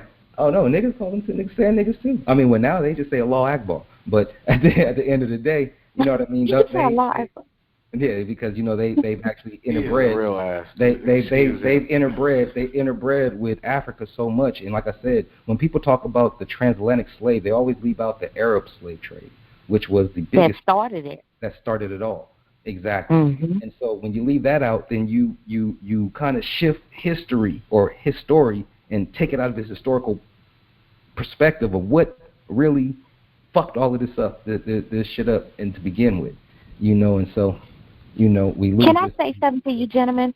Yes, I want to apologize because I did not come in the beginning, but because you have just brought up something else, can I ask you a question on what you just said about his story? Yes, ma'am. Should we be offended that they are not teaching us our history with America schooling? Why would you be offended that they're not teaching you your history? Because they conquered you. Once they conquer you, anybody that conquers a nation, it's not up to them to conquer. They wipe it out. Yeah, you're supposed to wipe it out because you got to start new. Yeah, if I want to teach you like let's say Spanish, right? Go ahead. That's like what they want to do now about slavery in schools. They want to, you know what I'm saying? They want to suppress. They're making it sound nice, like we almost volunteered. Well, they trying to take it out to where they don't even want it to be talked about, so that way they can talk about history. Yeah. So it just doesn't. We don't even want to discuss it. At the same time, some people now are saying it didn't even happen. So like I said, it just starts taking a lot of twists and down the rabbit hole, spiral, twists and turns with this. But as far as what the question that you said, what was the last question that you just said? You know what? I don't know now. We went on. I'm going to tell you this. I'm glad that I called in. This is such a good discussion. So are we. Appreciate you. Hope to hear from you again. You definitely will. You definitely will. No, I appreciate that. You're giving me a lot of stuff to think about. And it's not about taking our word, because I damn sure don't want you to take my word, because I just be talking shit. Yeah. I definitely, but at the same time, trust me. I know it. I don't want to trust me. Just whatever. I know enough to say I know. But I don't want you to believe me. I want you to go ahead and believe yourself to do your own searching, so that way you ain't got to research anybody else's research. We just here to make you say, Hey, that's a fact. That's right. G's Mystery Show, Our World Revealed. But no, when it comes to everything, definitely, you know what I mean. You definitely really don't want to talk about anything that you attempting to do, or you want to start in public, whether it's a business or a patent or whatever. You kind of want to just make it pop. You know what I mean? Right. Let it sprout. And I know one thing though. I'm digging that accent. Oh, well, you know what? Might matter. Ain't you out there in Louisiana as well? I don't know. Mine don't matter. Yeah, he's still on. Lamont. Yeah, y'all still here. Yeah. I get a sister the number to call in. Oh, okay. Yeah, I was about to say I know he out there. I was about to say he's all the way out there. And okay. Yeah, that's what's up. So let me ask you, what about anything else that we have touched so far that you would like to discuss? Well, I wanted to ask you this then. So I know you were saying that in small groups we get together and we do it all basically kind of underground. Mm-hmm. But well, how do we? I'm not saying anything. Only thing that I'm saying right. to anybody that is starting any type of movement, any type of group, right. any type of patent, the way you should do it is never make it known public and just like-minded people come together and you just make it go. happen. Because now I'm going to say this to the world. I want the world to hear me because we have a lot of people in Africa that actually pay attention to the show. Actually, our show is biggest in Africa. America don't even really listen to us like that. You know, I got to tell these hating motherfuckers out here in America. You know what I mean? Y'all got to get with it because Mr. Shar will reveal. You know what I mean? We definitely is uncensored and we talk just real regular shit. If real is really what everybody says, it's all real. But no, we really is speaking. So. Africa, Albania, much love to you. I got to give them a shout out because I be watching the algorithms and Gambia and all of them. You know what I mean? They really be on us and they really out there paying attention. They way across the fucking waters. You know what I mean? And everybody else over here is watching all of that nigga shit. You know what I mean? Niggas, I love my niggas. Y'all my tribe. But they watching that bullshit to where, you know what I mean, they're not, I don't know. But again, I guess some people might say my shit is bullshit. Our shit is bullshit too, because we drinking and smoking. That's nigga shit. So I guess nigga shit. You know? Well, I guess what I was asking, though, is once we get it going, how can we ever, okay, so I'm going to say this. We had the Black Panthers in America at one time. Right. They infiltrated it. So we have our groups where we don't put it out to the outside masses. We do it amongst ourselves, and we still get infiltrated. Well, actually, no. They once you put it out there. So once you put the movement out there, like so, say for instance, our move, we start a movement right now. We just sprout up, just like the NFAC did. Just sprout up, boom. They already had their little shit going. You know, this motherfucker actually was running for president at one time. You know what I mean? And all of a sudden he reformed himself and became a motherfucking militia group. Boom, sprouted up out of nowhere. Boom. Next thing you know, everybody was with it. But now he's in the public eye, and all of his moves are being announced in public. So now he's going along with just the game of parade. It's a parade. You have to get a permit. You have to let whoever because see, I think we touched this last show when you're talking about a rebel and a freedom fighter. A rebel and a freedom fighter ain't getting no permit. Right. A rebel or freedom fighter is not coordinating what my move is. It's not happening. I have no words for you. Now, if we touched on, if you was hearing what happened with the Haiti president, Moses, and it's a definitely tragic situation, but there was no warning of that. It just happened. They rushed his house and did what they was aiming to do. Right. That's rebellion. Right. You see what I'm saying? It's a difference. So rebellion isn't discussed. It's never discussed. Well, no. What I'm saying, not that a group would put it out on the internet, but I'm saying if a group was trying to come together and they was trying to do things, and then it grew into a good-sized movement, still I'm trying to see how could we ever advance, because otherwise we'll just be very small scales everywhere. Well, only way I can give you a generalization on that one is to say this the easy way again, is that the only way I see true, I guess, freedom in the way that you're saying is that if we all came together, held hands, stopped working, listen to me for real, just all woke up one day and said, I no longer want to work. I'm no longer, everybody has to do this simultaneously. It won't work if you have a million motherfuckers still going to work and 500,000 is not working. Them niggas, 500,000 is going to get replaced by some of the motherfuckers. You see, it don't work like that. Everybody, wake up right now and say, you know what? Fuck it. I'm not doing this no more. And now the system changes in a blink of an eye. That is the only way it can happen, is everybody say no. but it's not going to happen. You guys seen strike. Right. Some people's going to strike, Right. and then other motherfuckers like, man, move out the way, man. I'm going in the store, man. I got to eat. You see? It's not going to happen.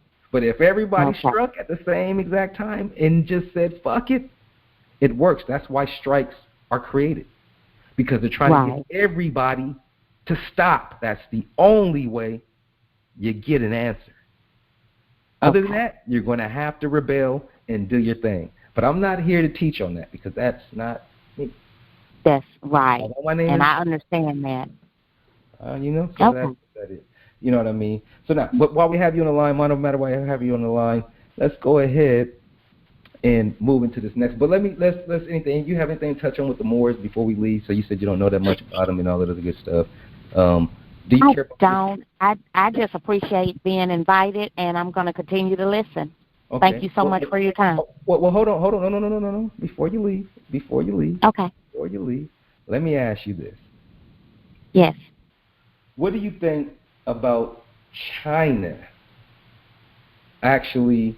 What do you think about China creating these missiles to or rockets to try to detour asteroids in space? Say that one more time.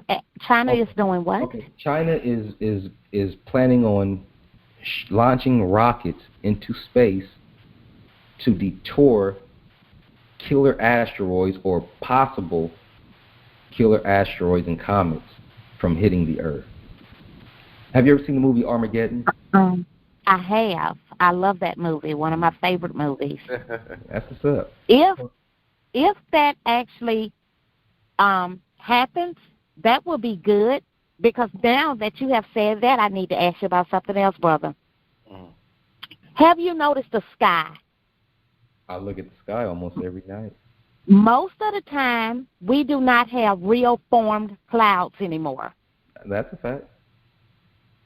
I believe they have been playing with our sky for a long time to block out some things that are here. Do you remember, like, several months ago, we had all these comets or asteroids? I don't know what they're really called, because I'm not that much into science. But a lot of stuff was coming, and they would tell us about it after it had left. They was like, this was here, but it's already gone, but it was the size of this, or it was the size of that. And they constantly had all this little stuff going on, but they could never see nothing with all these high-powered telescopes and different stuff. And what is NASA doing? NASA need to be disbanded again.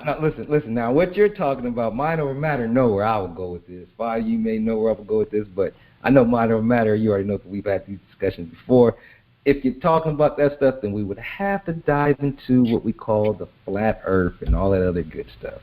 And I'm definitely going to set up a show for that. You know what I mean? I'm trying to get this guest, you know what I mean, who is very controversial. I'm going to say his name, Matt Powerland. You know what I mean? If you're listening, let me know when you're ready, when you can get off these algorithm bands. I'm with it.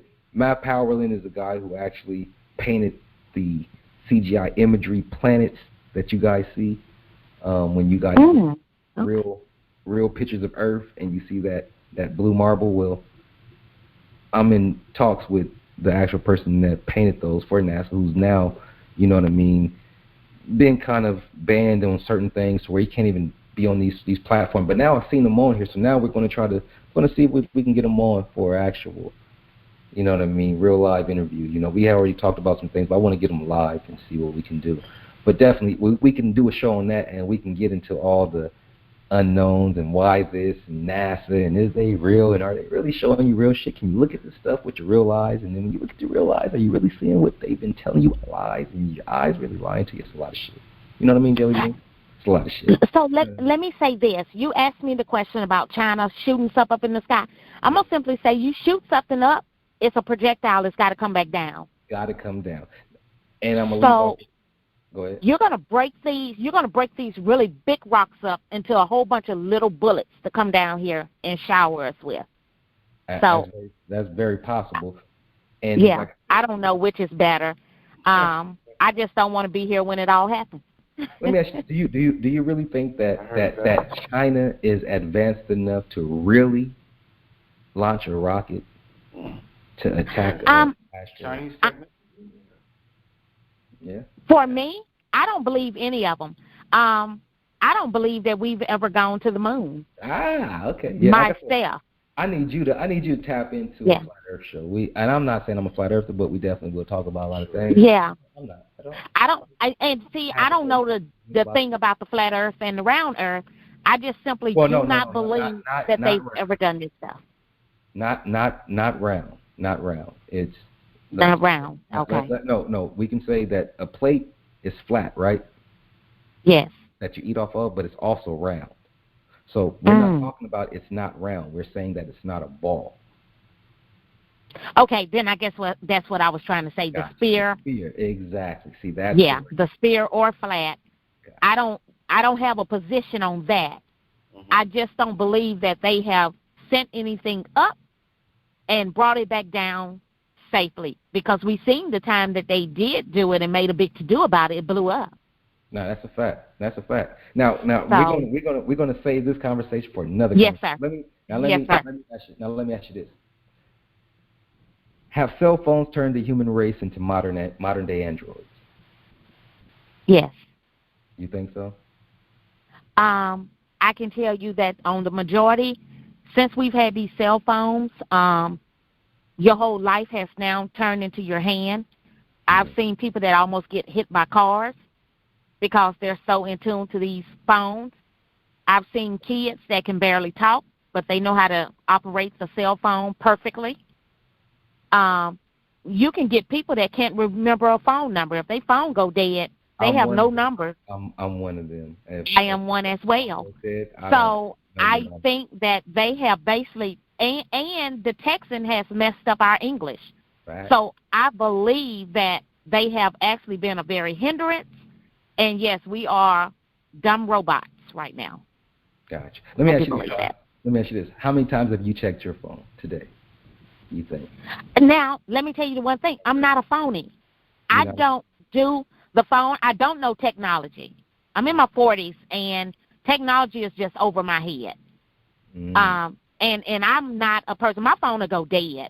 I can hear it beeping, and I think I still got time. Okay, well, I'm not a phone person. I'll ask you this question, but let me ask you this. Let me ask you that question I asked you. You have a cell phone, though, right?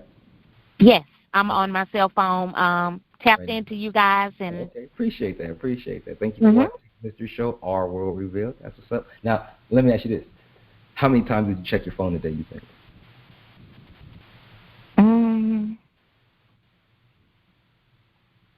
Do you think? I have less than 7 people that call me. Okay, let me ask you. If that makes any sense. Let me ask you. Do you think that you've looked at your phone less than 10 times today? Maybe 10 times. Maybe 10 times. Are you? Maybe 10. Can I ask? Are you off the grid as well? I am close to being like off the grid. Oh, okay. Okay. So you probably don't really have it.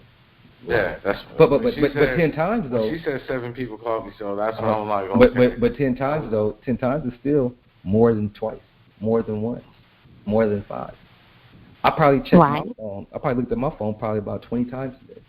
More than that. And probably more than that. I usually look at your phone know what I mean? More than that. Well, let me ask you, in what sense are you saying look at your phone? Like look at apps on your phone? Where you just got to open it up. You just open it up. You just look at it, boom, open it up. I'm not talking about texting people. I'm talking about you just open it up and do whatever you're doing on your phone. You just open it, you close it, you let it go back, then you open it back up. You could be watching whatever, and then you just got to go back to it. Oh, God. Well, then, yeah. I've probably done 30 or 40 times.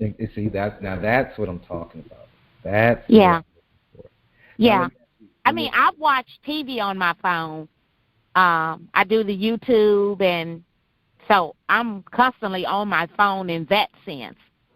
So when I was telling you we've turned into these robots, yeah. Gotcha. Let me ask you this. Because my phone is my everything. Let me ask you this. Mind over matter, you still on the line?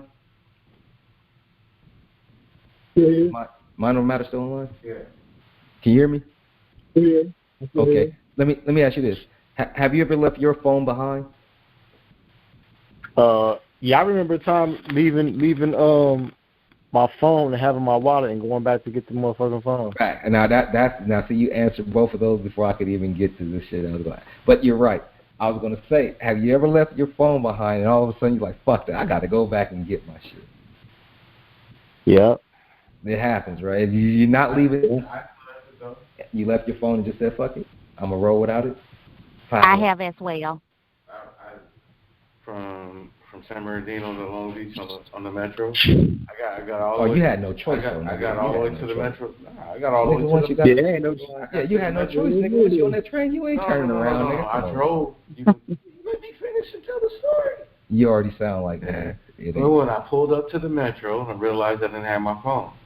You know? You're already at the train station. Yeah. You're not turning back. I got that.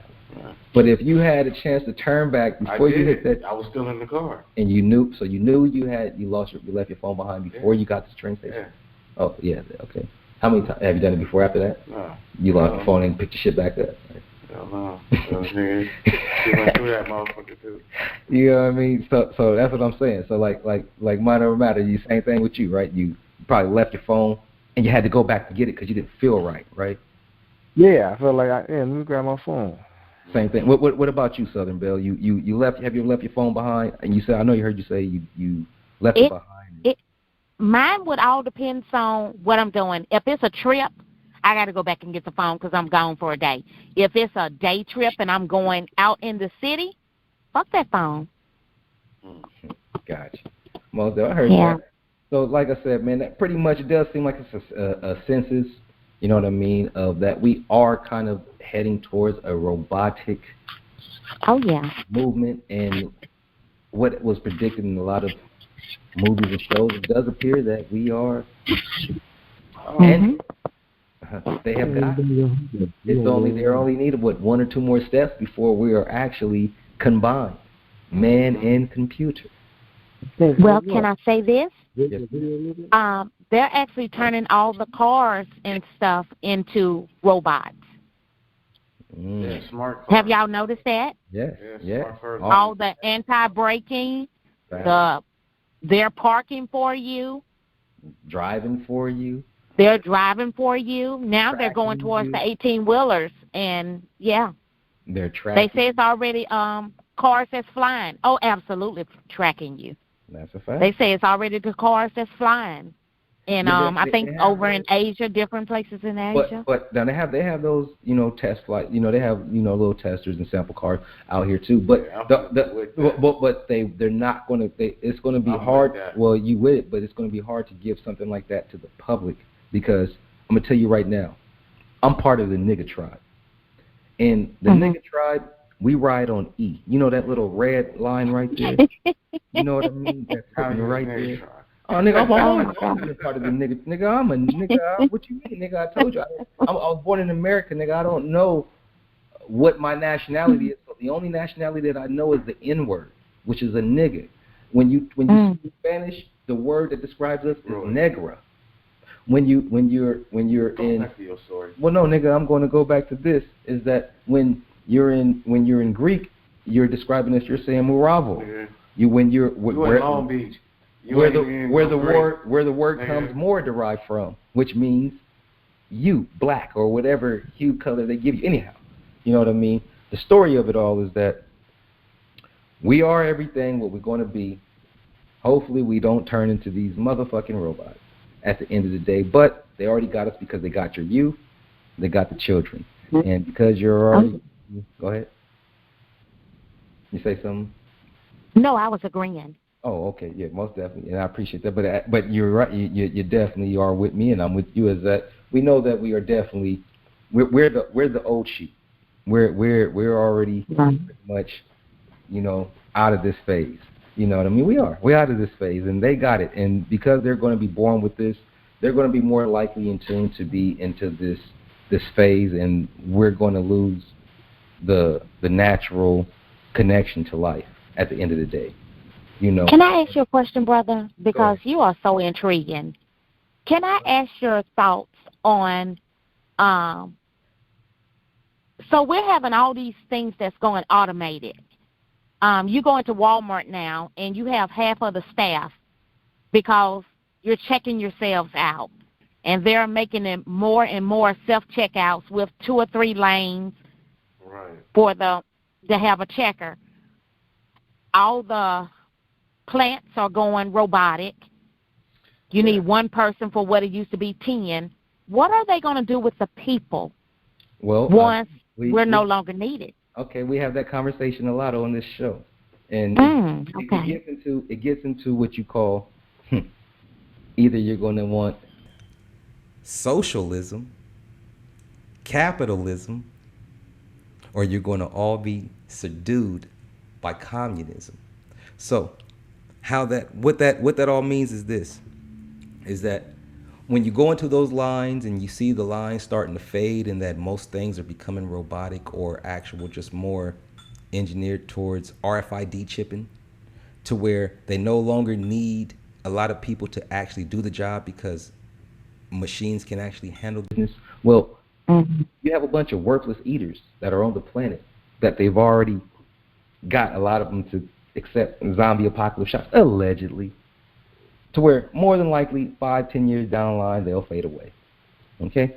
Now, those that are actually still here, well, we don't really need you on the workforce, but you're part of society, so there will be some jobs that are needed for manual labor always to do. And so those people will be kind of more steered toward steered towards those jobs.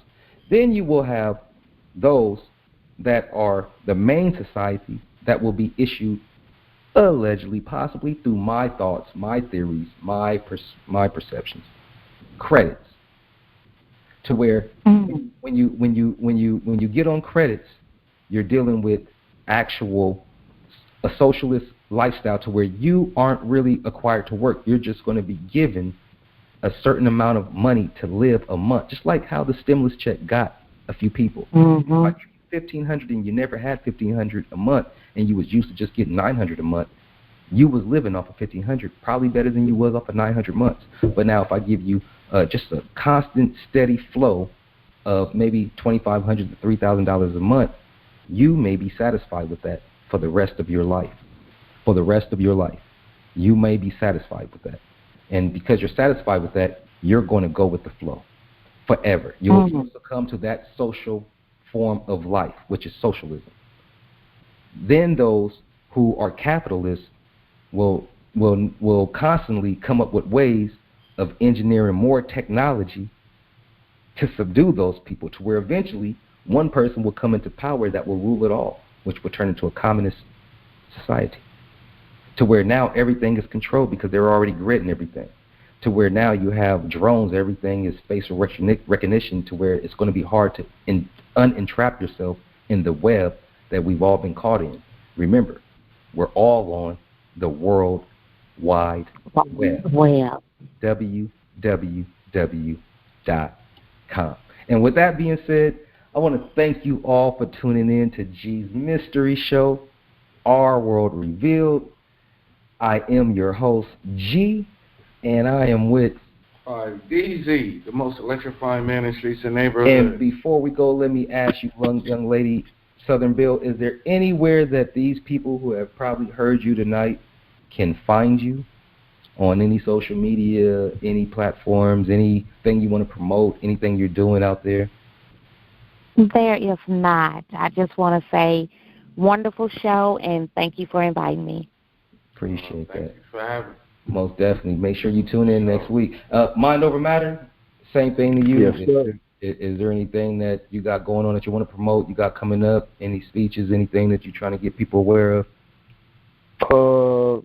Nah, I'm just coming up out of the workforce the last couple of weeks, so I'm still stuck in that mode. Most definitely. All right, you know what I mean? Well, I appreciate you for tapping in, man. Thank you. You know what I mean? It's always, you know what I mean, a parlay when we kick it. You know, we always get into some other shit, man, and time flies by, you know. Yeah. With that being said, man, appreciate that. Make sure, you know, if you can, tune in next week. See what the hell we got going on. Who knows? You know how it goes. We never know. For sure. Peace. Alrighty, fam. Appreciate that. 5, you have anything you want to say before we leave? Oh man, shit, I'm good. I'm ready to get You cracking. ready to get cracking? You got. Okay. My man said he about to go pop somewhere. All right, for sure. With that being said, thank you all for tuning in to G's Mystery Show, Our World Revealed. You know, we never told you guys to hit the like button, you know, but if you did enjoy the show, go ahead. Hit the like button. Hit that subscribe if you haven't. Hit that subscribe if you haven't. And again, you know, it is what it is. We thank you all for tuning in. Make sure you tune in.